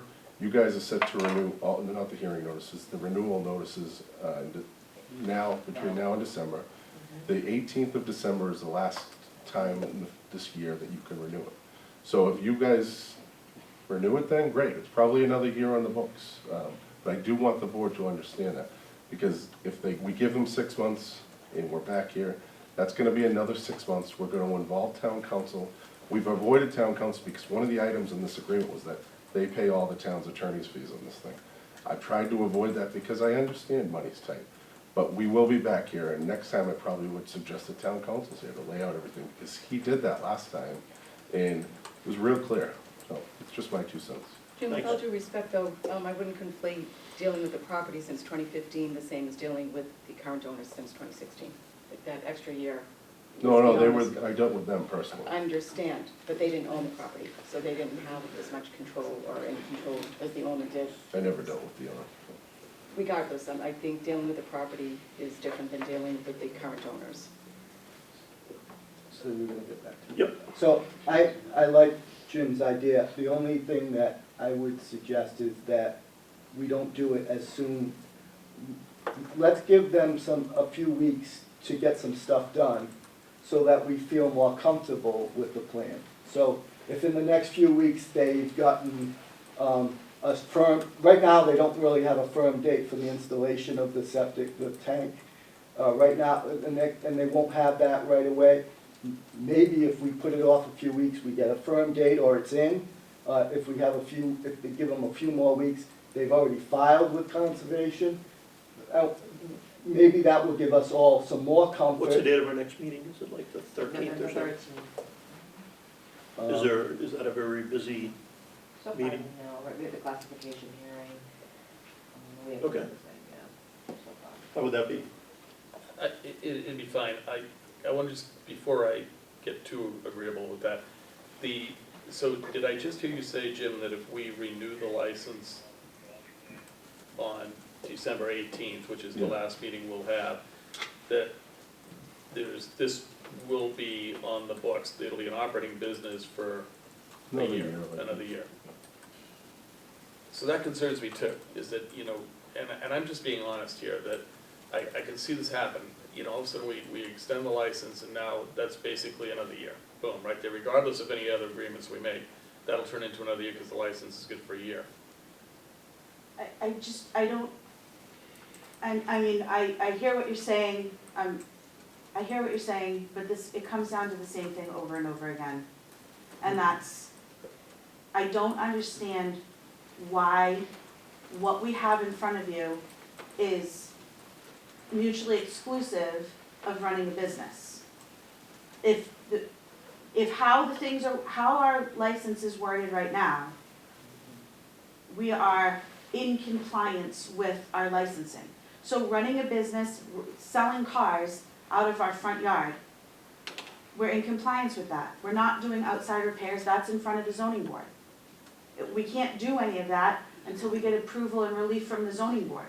So what's in front of you right now is our ability to make any income whatsoever. So what's in front of you right now is our Class 2 car dealer license. I don't understand why these issues moving forward are exclusive of us running the business. We generally don't renew a license if there's outstanding issues across the other boards or with Department of Health or with Conservation. Our role is pretty simple. You're either everything's good to go when we renew the license, or there's an issue and we consider whether the license can be renewed. So So that's if why we- it's come before us each If we time. can all agree that from the get-go, yes, we took on whatever you wanna call it, troublesome property was gonna be an issue, X, Y, and Z, whatever. We knew that from the beginning. And from the beginning, if we just had, like Mr. Salvatore just said, if everybody, there's been small periods of time when all of the boards have worked together. And those are the small periods of time where progress is made. All right? Those are the periods of time when everybody seems to be on the same page. The issue that we're having right now is that you asked us to apply for relief in front of zoning. Zoning won't hear us until we're done with septic. Septic can't be finished until we're done with it's all like this. And so you say, I can sit here and tell you, my design engineer is currently filling out the notice of intent application. It is with all intent that is submitted to conservation before November 8th. That is the deadline to get on the meeting, the next conservation meeting for December 12th. On December 12th. So let me stop you, because you've already said this all before. So my frustration, and I told you this 2 weeks ago, and I told it to you a week ago, is that it's your business to run, and you have a series of issues that you have to resolve. And for whatever reason, you get stuck on an issue, and you don't move forward. Jay, I believe, said last Tuesday that once the guy passed his health test, that it would be in the ground within a week. I believe that's what he said publicly to everybody. Yes, and what he And said no, publicly hold to on, everybody. wait till I finish. And what I'm now saying is now we're hearing 8 weeks. That is something that's within your control. I get it that everybody else has to line up and everybody, but in business, I've had lots of challenges like You need to that. come to my business tomorrow and be there at 2 o'clock. Does that work for you? I don't know what you're And I talking need about. David to get there, and I need Ann to But be there, and those Jim are, to be but there all those at are the same things time. you as a business owner need to work through. I've worked through many of those things with clients. We need to get things done and create. But I'm just saying, So you can say it could be done within a week.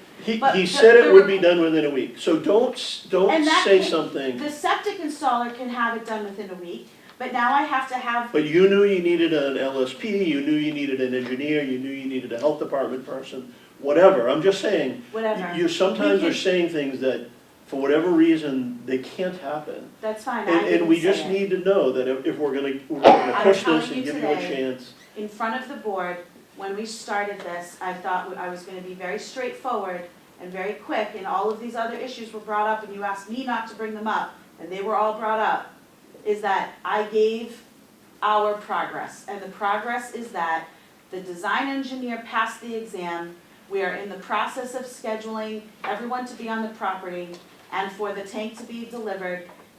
I am giving you, could it be done within a week? It very well may be, but I'm not gonna sit here in front of this board and say I'm getting it done within a week, and then have my design engineer say, ooh, I've had something come up and I can't be there till 2 weeks, and then have my septic But all I'm installer say saying I is, can't be there. We So thought I a told you, year, the last year's 6 agreement. to 8 weeks, we are moving forward, everybody is in place, the pieces of the puzzle are falling in place.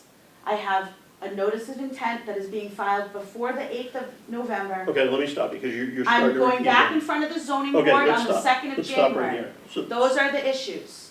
so I've already the- done what I can do. The issue from my point of view is a whole year went by on the last chance agreement, and a whole year went by on the previous agreement, Would you, and we didn't get it finished. And no, now we we're didn't get talking about, finished. you know, and Jim's suggestion was a good one, can you come up with a plan that you think you can get stuff done? But the question is your plan credible? Because the last 2 plans didn't work out, and that's what we're making a decision on. We don't wanna put you out of business, but by the same token, if you're never gonna get done, Just like then there's no sense going any Mr. further. Johnson said, the last plan was negotiated behind closed doors with our lawyer, who was just trying to do whatever the town wanted. He wrote down on that piece of paper. Then he didn't And represent listen, you well. No, he did not, and that's why he's not here today and I am, because I Okay. represent what I can do. Okay. So, So again, I mean, I think we'd all, I like So So how, let me know Neil's idea, but I just think it shouldn't be as quick, because I think what would be better than a list of things that need to be done would be to have some successes over the next few weeks to be able to point to and say, in addition to what I've just done, this is what I need to do to go forward. And that way, they can have their feet to the fire to get that filing made before they submit the plan, or complete some things before they make the plan. But it's up to the board. That was just my Nancy? thought on that. I'm okay putting them on the 13th, and I'm making no promises, but okay, it's their business, they can come back on the 13th and. 13th acceptable, and 13th acceptable? Sure. So come back to us with a plan of what you think you can accomplish. What you're committing to accomplish. Or have accomplished, Yeah, or, is what right, I'm David thinking. is hoping And for David, you to accomplishments. accomplish a few things along the way. Okay. Okay, Thank you. Thank you. and it would be really helpful if you send that in before the 13th, just so typically all of our information is in Cindy's hands by Thursday, the week before. That way we get to read it over the weekend and have a chance to think about it. So that would be helpful. Which is the 8th. Thank you. Thanks. I am confident and optimistic that this is going to work out. It sounds like you have things scheduled, it sounds like you have the people in place, and it sounds like you have a good punch list, and especially knowing the dates of the boards in their meetings, so you can work around those dates and have things in place. Thank you for your support. And I thoroughly, I have to say it again, I thoroughly enjoyed visiting your property. Thank you very It's much. And it's an a- open invitation for any other members of the board that'd like to come see us. Thanks, Melissa. Thank you. Thank you.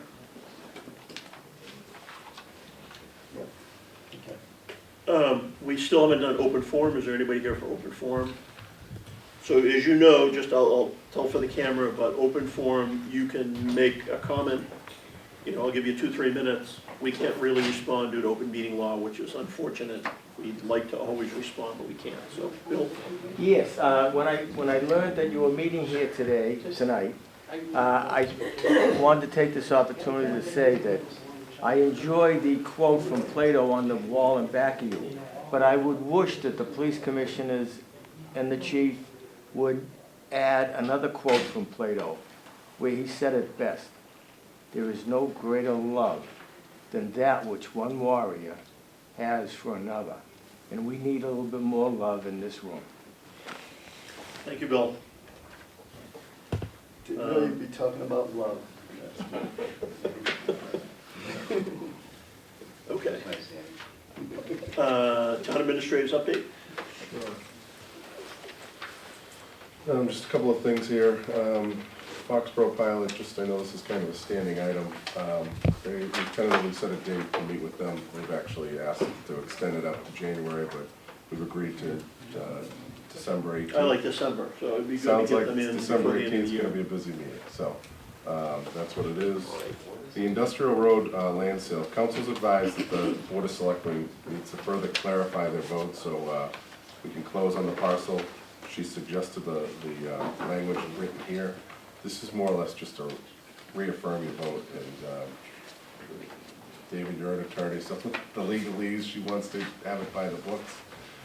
So this is what she suggested here. So what she has suggested is it's moved that the acting pursuant to the vote taken on Article 22 of the May 7, 2018 annual town meeting to sell town-owned parcels located on Industrial Road and is shown on assessor's map as lots 63, 65, and 66 to Industrial Road LLC, and to execute the purchase and sale agreement in the deed conveying said parcels, and further authorize the town administrator to execute any and all documents, affidavits, settlement statements that may be necessary or convenient to accomplish said sale. So moved. Do we have a second? Second. Any further discussion? Are we okay with public meetings on this? Or Yeah, she said that he needs it to collect documents. So motion a second. All in favor, please say aye. Aye. Thank you. Thanks, Jim. Okay, request from John and Darren Hassenjäger. At the conclusion of town meeting last week, John Hassenjäger approached me. They asked about, any of the boards ever gonna consider his son's request to sell some of the land And explained to him, I've presented it to your board a few times via email, no one's shown much of an interest over the years. And the Sewer and Water Commissioners have discussed this a few times in the past. No one's really wanted to pursue it, but I did tell John that I would bring it up under the TA updates. Is there any interest here? Nancy? You could open maybe one ski slope. My kids would like it. So, is it accurate that this land, why is sewer and water involved in this? Sewer and water are involved in it because it's a proximity to the town wellheads and Jarvis Farm there. That's why he was asking sewer and water if they were interested in it. And We purchased, there was a study at one point that indicated that there were a few properties around the well that were used in support of the purchase of Jarvis Farm. I believe this was one of them that I was identified years ago as. And so, is it currently restricted like Jarvis Farm was restricted? It's in a well area, but I don't think it has those types of, Jarvis Farm had a conservation restriction on 4 acres of it, or 5, so it doesn't have that type of restriction. You know, as you can see in the plan, Mr. Hasengager presented, he believes he can get a 40B on this property, you know, 30 or so units, I think he says here. Isn't that road over 750 feet? Pretty long. Yeah. I mean, I would say just, you know, assuming sewer and water wanted it, you know, buying it at assessed value would make a lot of sense, but it looks like a parcel that would be a lot of trouble to build on. I don't know that it's worth paying a, and I know they're not asking us, it's a sewer, and it would be a sewer and water decision. Looks like a parcel that would be hard to build on, and the price looks pretty high, so I can understand that they would be leery of moving In forward. his most recent correspondence, he mentioned something about a potential land swap. I did explain to John when I saw him that any land purchase or even a land swap would need to go through town meeting, it would need to go through all the requirements of 30B, but just see at this point. So did sewer and water, sorry, go ahead. If he has potential land that we have that he thinks he wants to swap, I mean, I've asked him for a list tonight. yeah, I mean, I would be willing to look at a list if he has offers. I mean, I agree with that, and I guess to follow up is, why would we want this particular parcel of land? Just because it's near the wells. Right, So that would be the only, sort of water protection. Water protection. We wouldn't, you know, want to build anything there ourselves, or. And to do a land swap, I'm assuming that he would want a piece of land that would be buildable. But, Yeah, we wouldn't want, I mean, we'd have to determine the value. I mean, you don't want to right, and like. give up a hard property to build on for something that's Right. wonderful, And so. how do you reconcile the 32,000 assessed value to the 580,000? Right. Lots of great and that- questions, And yeah. that's something, but again, something I think that we could think about if it's, but I think Sewer and Water should really opine as to, is it a piece of land that would be important to them, right, for well protection? yeah, and my thought is it was identified as a piece of land before. Way back when, yeah. Way back when, before they actually then bought the Jarvis, farm. Yep. So that makes it less desirable because they did get all of that area. Right. But what it could be for him is if there are some properties that he has that are landlocked somewhere, that we have a little strip of land or, you know, whatever that gave him access to something that even though it's not worth something to us, it could be worth something to him, even bigger, that it could make it a good land swap. I don't know, I would think that would be on him Right. to do Have the him work do the and list. bring it to us. I asked him and I will ask him And if again he now that doesn't, it's been then brought on the list. it's- Right. Great, I thanks. don't think Thanks, it's worth Jim. 580 to the town. No. For water protection, Or a ski slope maybe. or a ski slope. Community compact grant parking study, this kind of also relates to the MBTA update. Patrick, John Charbonneau, and I met with the parking consultants earlier this week. We're working on the downtown parking report first. They're tentatively planning on having a community outreach session for November 27th at 6 p.m. We've all kind of agreed, let's have the public in so they can go over some maps, and then at 7 have some type of public session. And then the plan is, after that feedback, get them in before the Board of Selectmen, probably after the new year, and provide them with an update of the findings and present the report to the board. Right. So that's it for that. Jim, just one question on that, is, have they reached out to, is the EDC involved in this at all? They've actually reached out and conducted a survey with all the downtown property owners. Okay. They've distributed the surveys out at the library clerk's office, out at the train station. They've gone to a big array of places. Have they gotten any response from the downtown property owners or the They have businesses, I guess? they're is still the- taking in the surveys, but they have gotten responses. When you say property owners, do you actually mean the property owners or do you They're mean leaving it businesses? at the businesses and with the property Okay. owners. So everyone's gonna get to weigh in. Some aren't really responding, that's why they're waiting a little bit longer, so. And is this only looking at a parking study or is It's this a the, little and broader then than it that? links it into the economic, this phase is the parking, but it's also economic, related to economic development. The whole grant would be. Yeah, I okay. specifically mentioned that area along East Street, right before and after Main Street. Thanks. Okay. And last item, we received a request from Walpole resident Lou Mortelli. She asked me, she was asking about the sidewalks down near Hitching Post in Clarkson. I explained to her that, they wrote, the letter was written into the Board of Selectmen asking for support. If you'd like something similar, she lives right before Raphael's. Write a letter into the board, I don't mind, I don't think the board would have a How problem. far down do the sidewalks go? I know there's sidewalk partway down. They stop strip, right where but- the Hebe property, right before Cleveland. Okay. Right. Um, I met with them. I was actually, I stopped there at a yard sale a couple of weeks ago and about a month ago, and they asked me about this and I was going to bring it up after town meeting because I was tied up with that. But, so I looked at the sidewalk and I think it would really be beneficial, especially in light of that new program with Yeah, the peaceful complete streets, streets. complete streets. So is this a That could state, be part of it. is this currently state road right now? So what, Cindy and I talked a little bit about this, the process that I think we should follow, probably the same one we followed, that little section between Clarkson and Hitching Post, which kind of started with the resident down, I think it was on Hitching Post. Wrote to the board, the board wrote into the state saying that they support, would like to have this explored. I don't know how it happened so quickly, but I've never seen something move that quickly, and I did advise Lou that, but at least we could get the ball rolling if this is something. I think the more sidewalk we can have down there, the better, just, because the kids are riding their bikes anyway, so. Right, and it will connect, because when it's lacking, it'll connect Hitching Post access to another sidewalk, right? Once the No, 16th of a mile or. the challenge is, so there's Raphael's or whatever it's called now, that doesn't have a sidewalk. Lou lives on that side of the road, so I don't know what their proposal, she's looking for it to come up to her house, but I'd probably be asking for it to be extended down and somehow worked into that section of Clarkson and Hitching Post. Right, No. okay. I think we could use it down there. There's nothing down there for sidewalks. Yeah. Mr. Chairman, do we still have a sidewalks committee?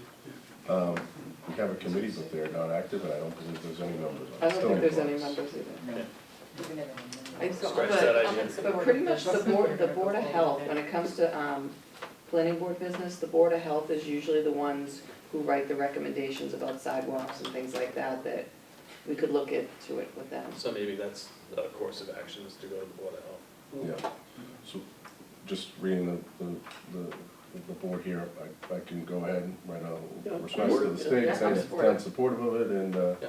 see where we go with it. How about I make a motion that we ask you to reach out in support of the sidewalk request?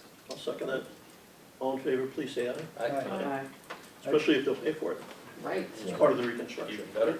I think sidewalks is something that we should be looking at going forward, certainly. I think that not even, I mean, you were making a distinction between a sidewalk with pavement on it and a sidewalk that's unimproved, but, I mean, the sidewalk still exists whether it's improved or not, and there are lots of places in town where it's impassable even as on the dirt.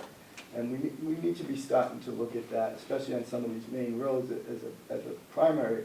I mean, there were places on Common Street when I was knocking door to door that I actually had to go into the street to get to the next house. And that really shouldn't be happening on these main streets. And we ought to have, DPW or somebody look at what needs to be done, whether it In some cases, it's moving a rock or moving a tree. But people shouldn't have to go into the street along these roads. The sidewalk, even though it's looks like someone's grass, it's there, it's still a passable way, and it needs to be passable. I mean, there's some houses with fences on the sidewalk that people have to go into the street. And I just think, especially on some of these main streets, we should be looking at that. Because there isn't even a place to, like, there's one place on Common Street where it's a very steep area and it's problematic. No, But Landis gave us that, so you just, can't, when a car's coming, you can't even like hide on, you can't even stop and stand aside to get it, there's no way to go. And so, as a long-term project, I'd like to see someone look at, you know, at least the A Should have streets. Megan, Chris, and engineering. yeah, start to look take a look at it, yeah. And when people just put out a request, you know, have people report where there are problems. Any, Still have Anything else? police. Yeah, you still have, it's three of us. police, oh, okay. Did you think they just wanted I was wondering why they were sitting there. I figured, I said either he's in the doghouse or the chairman forgot. Oh, high school traffic, yeah. Come on up, Pete. All right. Can I just pass out a couple of photos for you guys to just to refresh your memory real quick?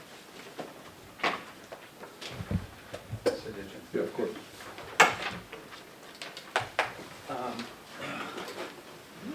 So there's a two requests. The first one is Ellis Street, and those pictures there depict Ellis Street on a typical day.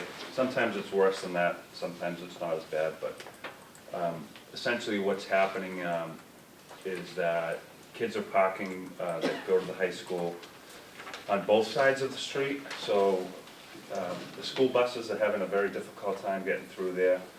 I know I spoke to the fire chief, they would say that fire apparatus would have a very difficult time getting through there. And so we figured that a good solution would be to perhaps restrict parking on that street on the west side of the road, which is the same side as the sidewalk. And so the kids could park along that side, but then leave the easterly side of that street open so that you have more room for people to pass back and forth. Side of the street. We did do, officers did go up there and do some knock and talks with the neighbors. And they liked the idea. I think it would be okay. Residents on both sides of the street, towards the Common Street side, do park out on the street, but they kind of have a little paved area, so they're a little bit more off the road. So I think that if we posted it from just after that second house all the way down to like the local housing is, that would help alleviate some of the problem that we're dealing there. And we could just restrict it to just during the school hours, you know, so that I don't think it's ever been an issue there after school hours, so. I have a question. Sure, Nancy? Aren't, like, when you go up towards like Marguerite and stuff like that, those are all no parking on the street during school hours, right? Yeah, or 2 hour limits. Yeah. For what? Or 2 hour limits. Or 2 hour limits? Yeah. I mean, I would say during the school days better, because, I mean, you don't wanna get in trouble for parking on the weekend or whatever. But, Some of them are no parking, I No think, parking, like, yeah, and I mean, that's basically the same distance away. Yeah, Cascade Terrace is the same too, there's no parking on that side. And the difference, those other ones are all kind of a loop-de-loop, that's actually a straight up and down for the buses. yeah. Ellis is a big cut through too, so. And it does get hairy, especially when there's snow on the ground. Yeah, you notice the snow on the Doing that. ground. Oh, yeah, the no, plow that's- goes, I like, remember that around last and winter, everything, and, so it's a tough spot. I think actually if the kids all, the amount that park down there now, I think that if they just stayed on the west side, that you'd fit them all in there and be fine, everybody can, it's passable. So if you're going down Ellis Street, the west side is on the left, From Common. from Yeah. Common, if you're on Yeah. Common? If you turn onto Elstrom Common, the left side, right, where the sidewalk is. Okay. So we're saying no parking on the sidewalk side? No, we post it on the other side. Oh, okay, so Yeah, you would park on the Yeah, sidewalk so side? if somebody's Okay. getting out of the, you want them, if they're getting out of the passenger seat, you want them getting out onto the sidewalk, so you keep parking on the sidewalk side. It makes Oh, as sense, opposed to the makes lawn. sense to me, Ian. Chief, is Ellis Street the only side street with this issue, with this problem? Are there other, because I've heard from some residents about this very issue. Yeah. And I don't know if it was a resident from Ellis Street, I suspect it is, but if there's other side streets that are facing the same problem, then, I think all the rest are posted, Yeah, so I think with Ellis that- Street's the only one that isn't, so I think that's why we have the problem. The kids know where right, Yeah, where they're going. you where it's slide over. posted and where They're it pretty is. smart. They just keep going one more street over, you know. Eventually they'll be out here. I'm surprised they're not. I mean, why? In non-school hours, the residents They might be when it's. currently, well, in the future, They might be here when this. would still be able to park there. Yes, Right. I don't think, yeah, so I think what we could do is post it after you go by that second house on the right, if you're coming from Common Street, and then just post it from there down to like Stone, Because I wouldn't want to. and leave the residents how they are now, because they're, Right, because I part wouldn't of want to this lawn impinge is- on their parking. Their And own a lot of parking. people, right, because a lot of families have more than 2 cars, or Right, whatever, yeah. fits in the driveway. yeah. So we're And it's not kind of make- paved, so already, so there's an area for them to kind of park their vehicles. I think it's something that they definitely want. I think the residents will have. They seem to be receptive to it when we did the Or, non talks. or even 2 hours during school time, because then if somebody did have someone over for lunch on that other side, on the one side you're talking about, Mhm. like nothing on one side and then the westerly side, 2 hours during school hours at least allows people to have company. And that way then you definitely do know it's not school. But doesn't that constrict the street, which is really the problem? No, I mean only on the side he's saying that can park, make it actually just 2 Instead of no hours. parking entirely, just 2-hour parking? 2 hours during school, yeah, on the one side, So and none on the prevent other. any students from. I don't think there's any Right. problem with letting the students park there. Yeah, no, I don't, yeah, so Oh, they that, don't care? yeah, then they wouldn't be able to park there because it'd be violating the time limit, so I would just Or restrict, it's just restricting it totally on one side? yeah, on Yeah, one yeah. side. So let the other kids- side, the kids can Yeah. park. Yeah. We think, they gotta park somewhere, Yeah. right? And that, Mhm. Ellis is fairly wide in that neighborhood, that area, so. Yeah, the only time you have a problem is when they're parked on both sides, Yeah. and that makes it tough to get through. It's mainly the buses, the bus company's called me a couple times. And typical 17-year-old kids, they're running last minute, they park on the wrong side, it's Shocking. sticking out. On the wrong side. So, it's just, they need a little organization, no parking on this side, park nicely on this side, and I can go to work. I think that sounds like a good plan. I'll make a motion Sure. to support the chief's parking plan for Ellis Street. I'll second that. All in favor, please say aye. Uh, All right. Thanks, sorry I ignored you the first time Oh, no. I'm sorry I skipped right by you and never went back. No problem. This one may be a little bit more issues, a little bit more difficult to put into play.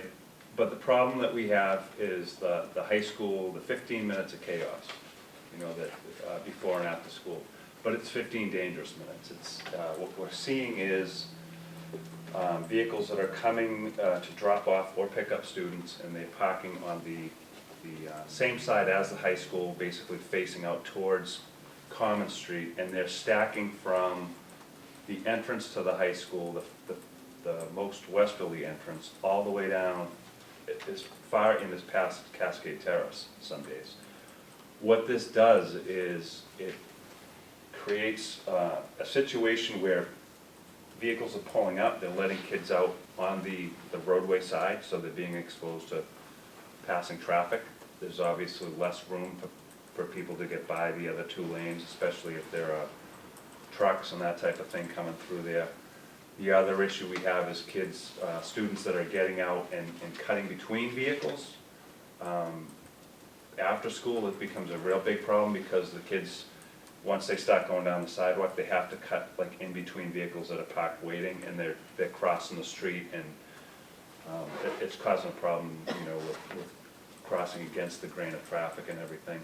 We have kids that actually use the crosswalk, but because all the vehicles stacked up as they're using the crosswalk, that line of sight isn't there, so the kids are kind of just all of a sudden jutting out, and, you know, we've gone down there and witnessed it actually, that you have some close calls with pedestrians and being nearly struck, so. You're talking more about pickup rather than drop off. Yeah, more of the pickup time, yeah.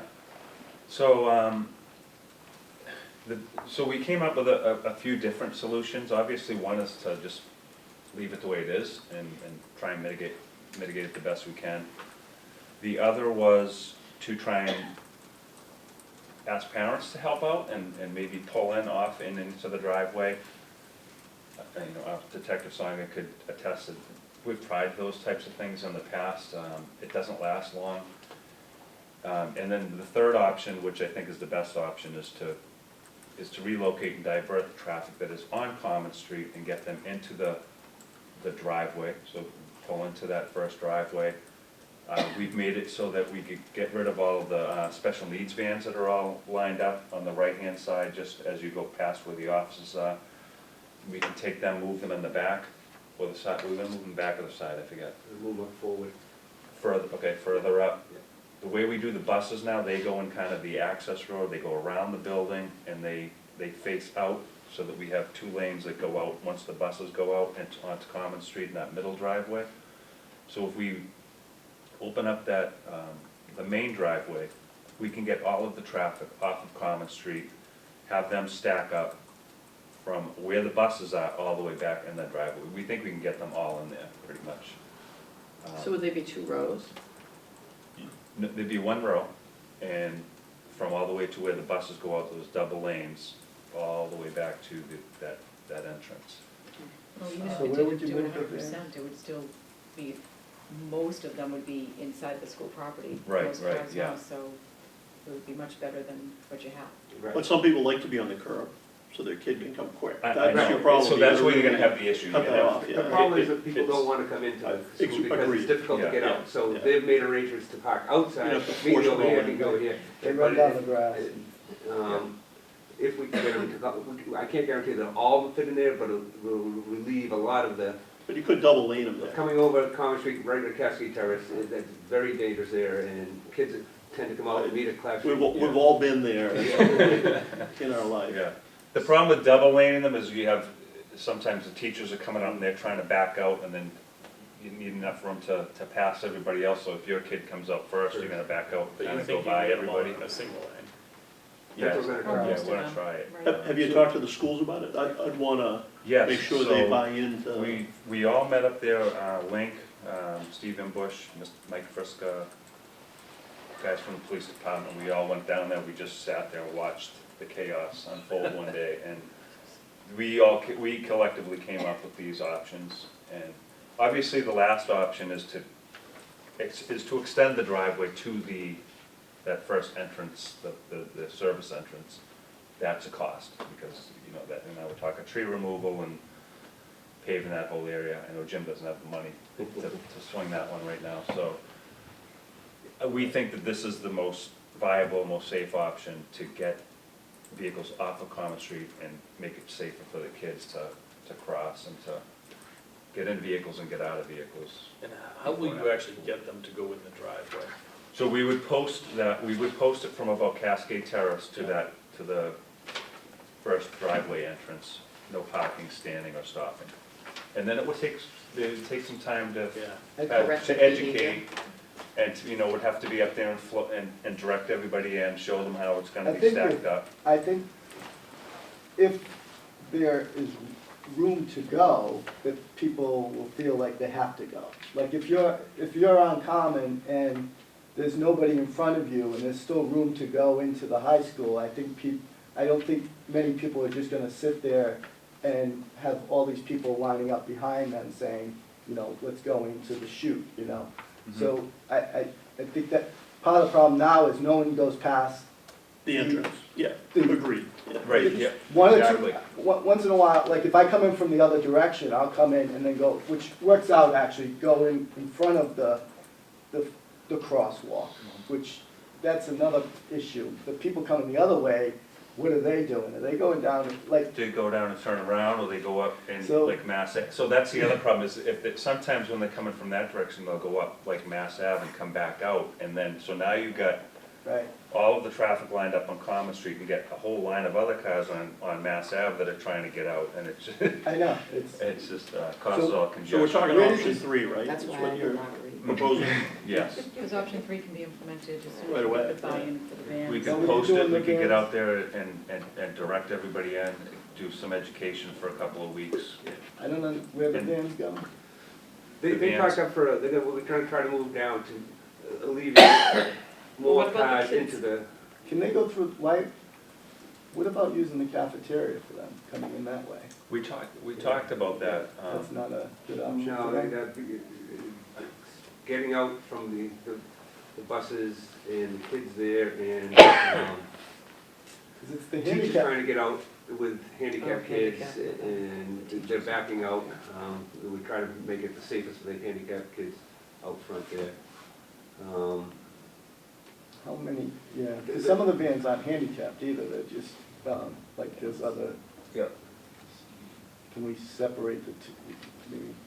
Yeah, The handicaps go in the handicap spots and then move the other vans to the, That's a possibility right around the corner of the handicap spot, but I don't know if they can get out because of where the buses parked there now, so they might have to wait till the buses leave. or we make a space. We can work with the school on that, like that. Just to even get Yeah. more space, I'm just Yeah. thinking. Yeah, you need more space up front. Basically, that's what you need more real estate up there. I've done it with Stephen Bush, Frank Cindesetti, we've looked at every avenue, everything, there's not enough real estate there, and we're just doing the best we can to Right. move it along. I just, if you move the handicap too much, I mean, they already have a long way in Yeah. the weather to get to where they need to go, even where they're parked now. Yeah. So, I don't know. So it sounds like we all like 3, and then you may want to do something beyond that, if that doesn't Maybe a work do in it all. progress. Exactly what it is. Work in progress, try it. If Maybe- it doesn't work, we'll come back before, Yeah. you know, we can always change it, I guess, later, if Want we to see make a that motion? it's not working. I'll make a motion to go forward with option 3 for the high school pickup issue. I'll second that. Communication thing. There you go. I'll second that. All in favor, please say aye. Aye. I think Looks yeah, like something you can do Yeah. soon, The and school's gonna have to educate them first, and send out some newsletter and say, this is for Agreed, safety yeah. reasons, and Yep. we're gonna, it's gonna be work in progress. So we'll get Getting over them to there. go past the crosswalk seems to be a barrier that Yeah. people have to conceptually get over. Yeah, we gotta train the kids a little more too, because we put that nice crosswalk in, and they like to use the other one though. Yeah. Well, yeah, They don't- so I thought when the crosswalk came in that you were gonna move, like, eliminate that one and move everybody that way, which Yeah. would have We've thought of worked, that, yeah. which works for the immediate entrance into the high school area. But then it's gonna create an issue, again, in the middle of, right in front of the school, because now that crosswalk's gonna be very active, where now it's just occasional. Yeah. But, I don't know. I like the front crosswalk, even if, because you got an intersection of Mass Ave there, cars coming left, right, pulling out, and I thought they should be eliminated, just use this front one, even though, I think we should try that too. That crosswalk is We can part look of at a that, yeah. problem. Because that's, even when there's space to get into the high school, you end up sitting there waiting, and if you're overly cautious, you wait for a long time as these kids just walk without looking, crossing that crosswalk, Was while that- there's already spaces off the street. Was that the so. one, I think didn't you see somebody almost get hit? Yeah. Something happened there like a couple of years, Yeah. I think it was that one, right? Right, The it first was. one. Yeah. I was there and a truck, a dump truck went passing me at full bore and Yeah. just ran through everything, so, you know. So, yeah, I think that crosswalk is a problem. And it would be nice to send everybody to that other one. right in the middle, the big one, it's got lights there, and, And people are going slow at that point. right. It's like, The benefits of everybody crossing there is a lot more than the dangers of using the second crosswalk, it's not safe. so not to rush anybody, but the Red Sox are calling me, so I'd entertain a motion to adjourn. So moved. So moved. Second, all in favor, please say aye. Aye. Thank you. I think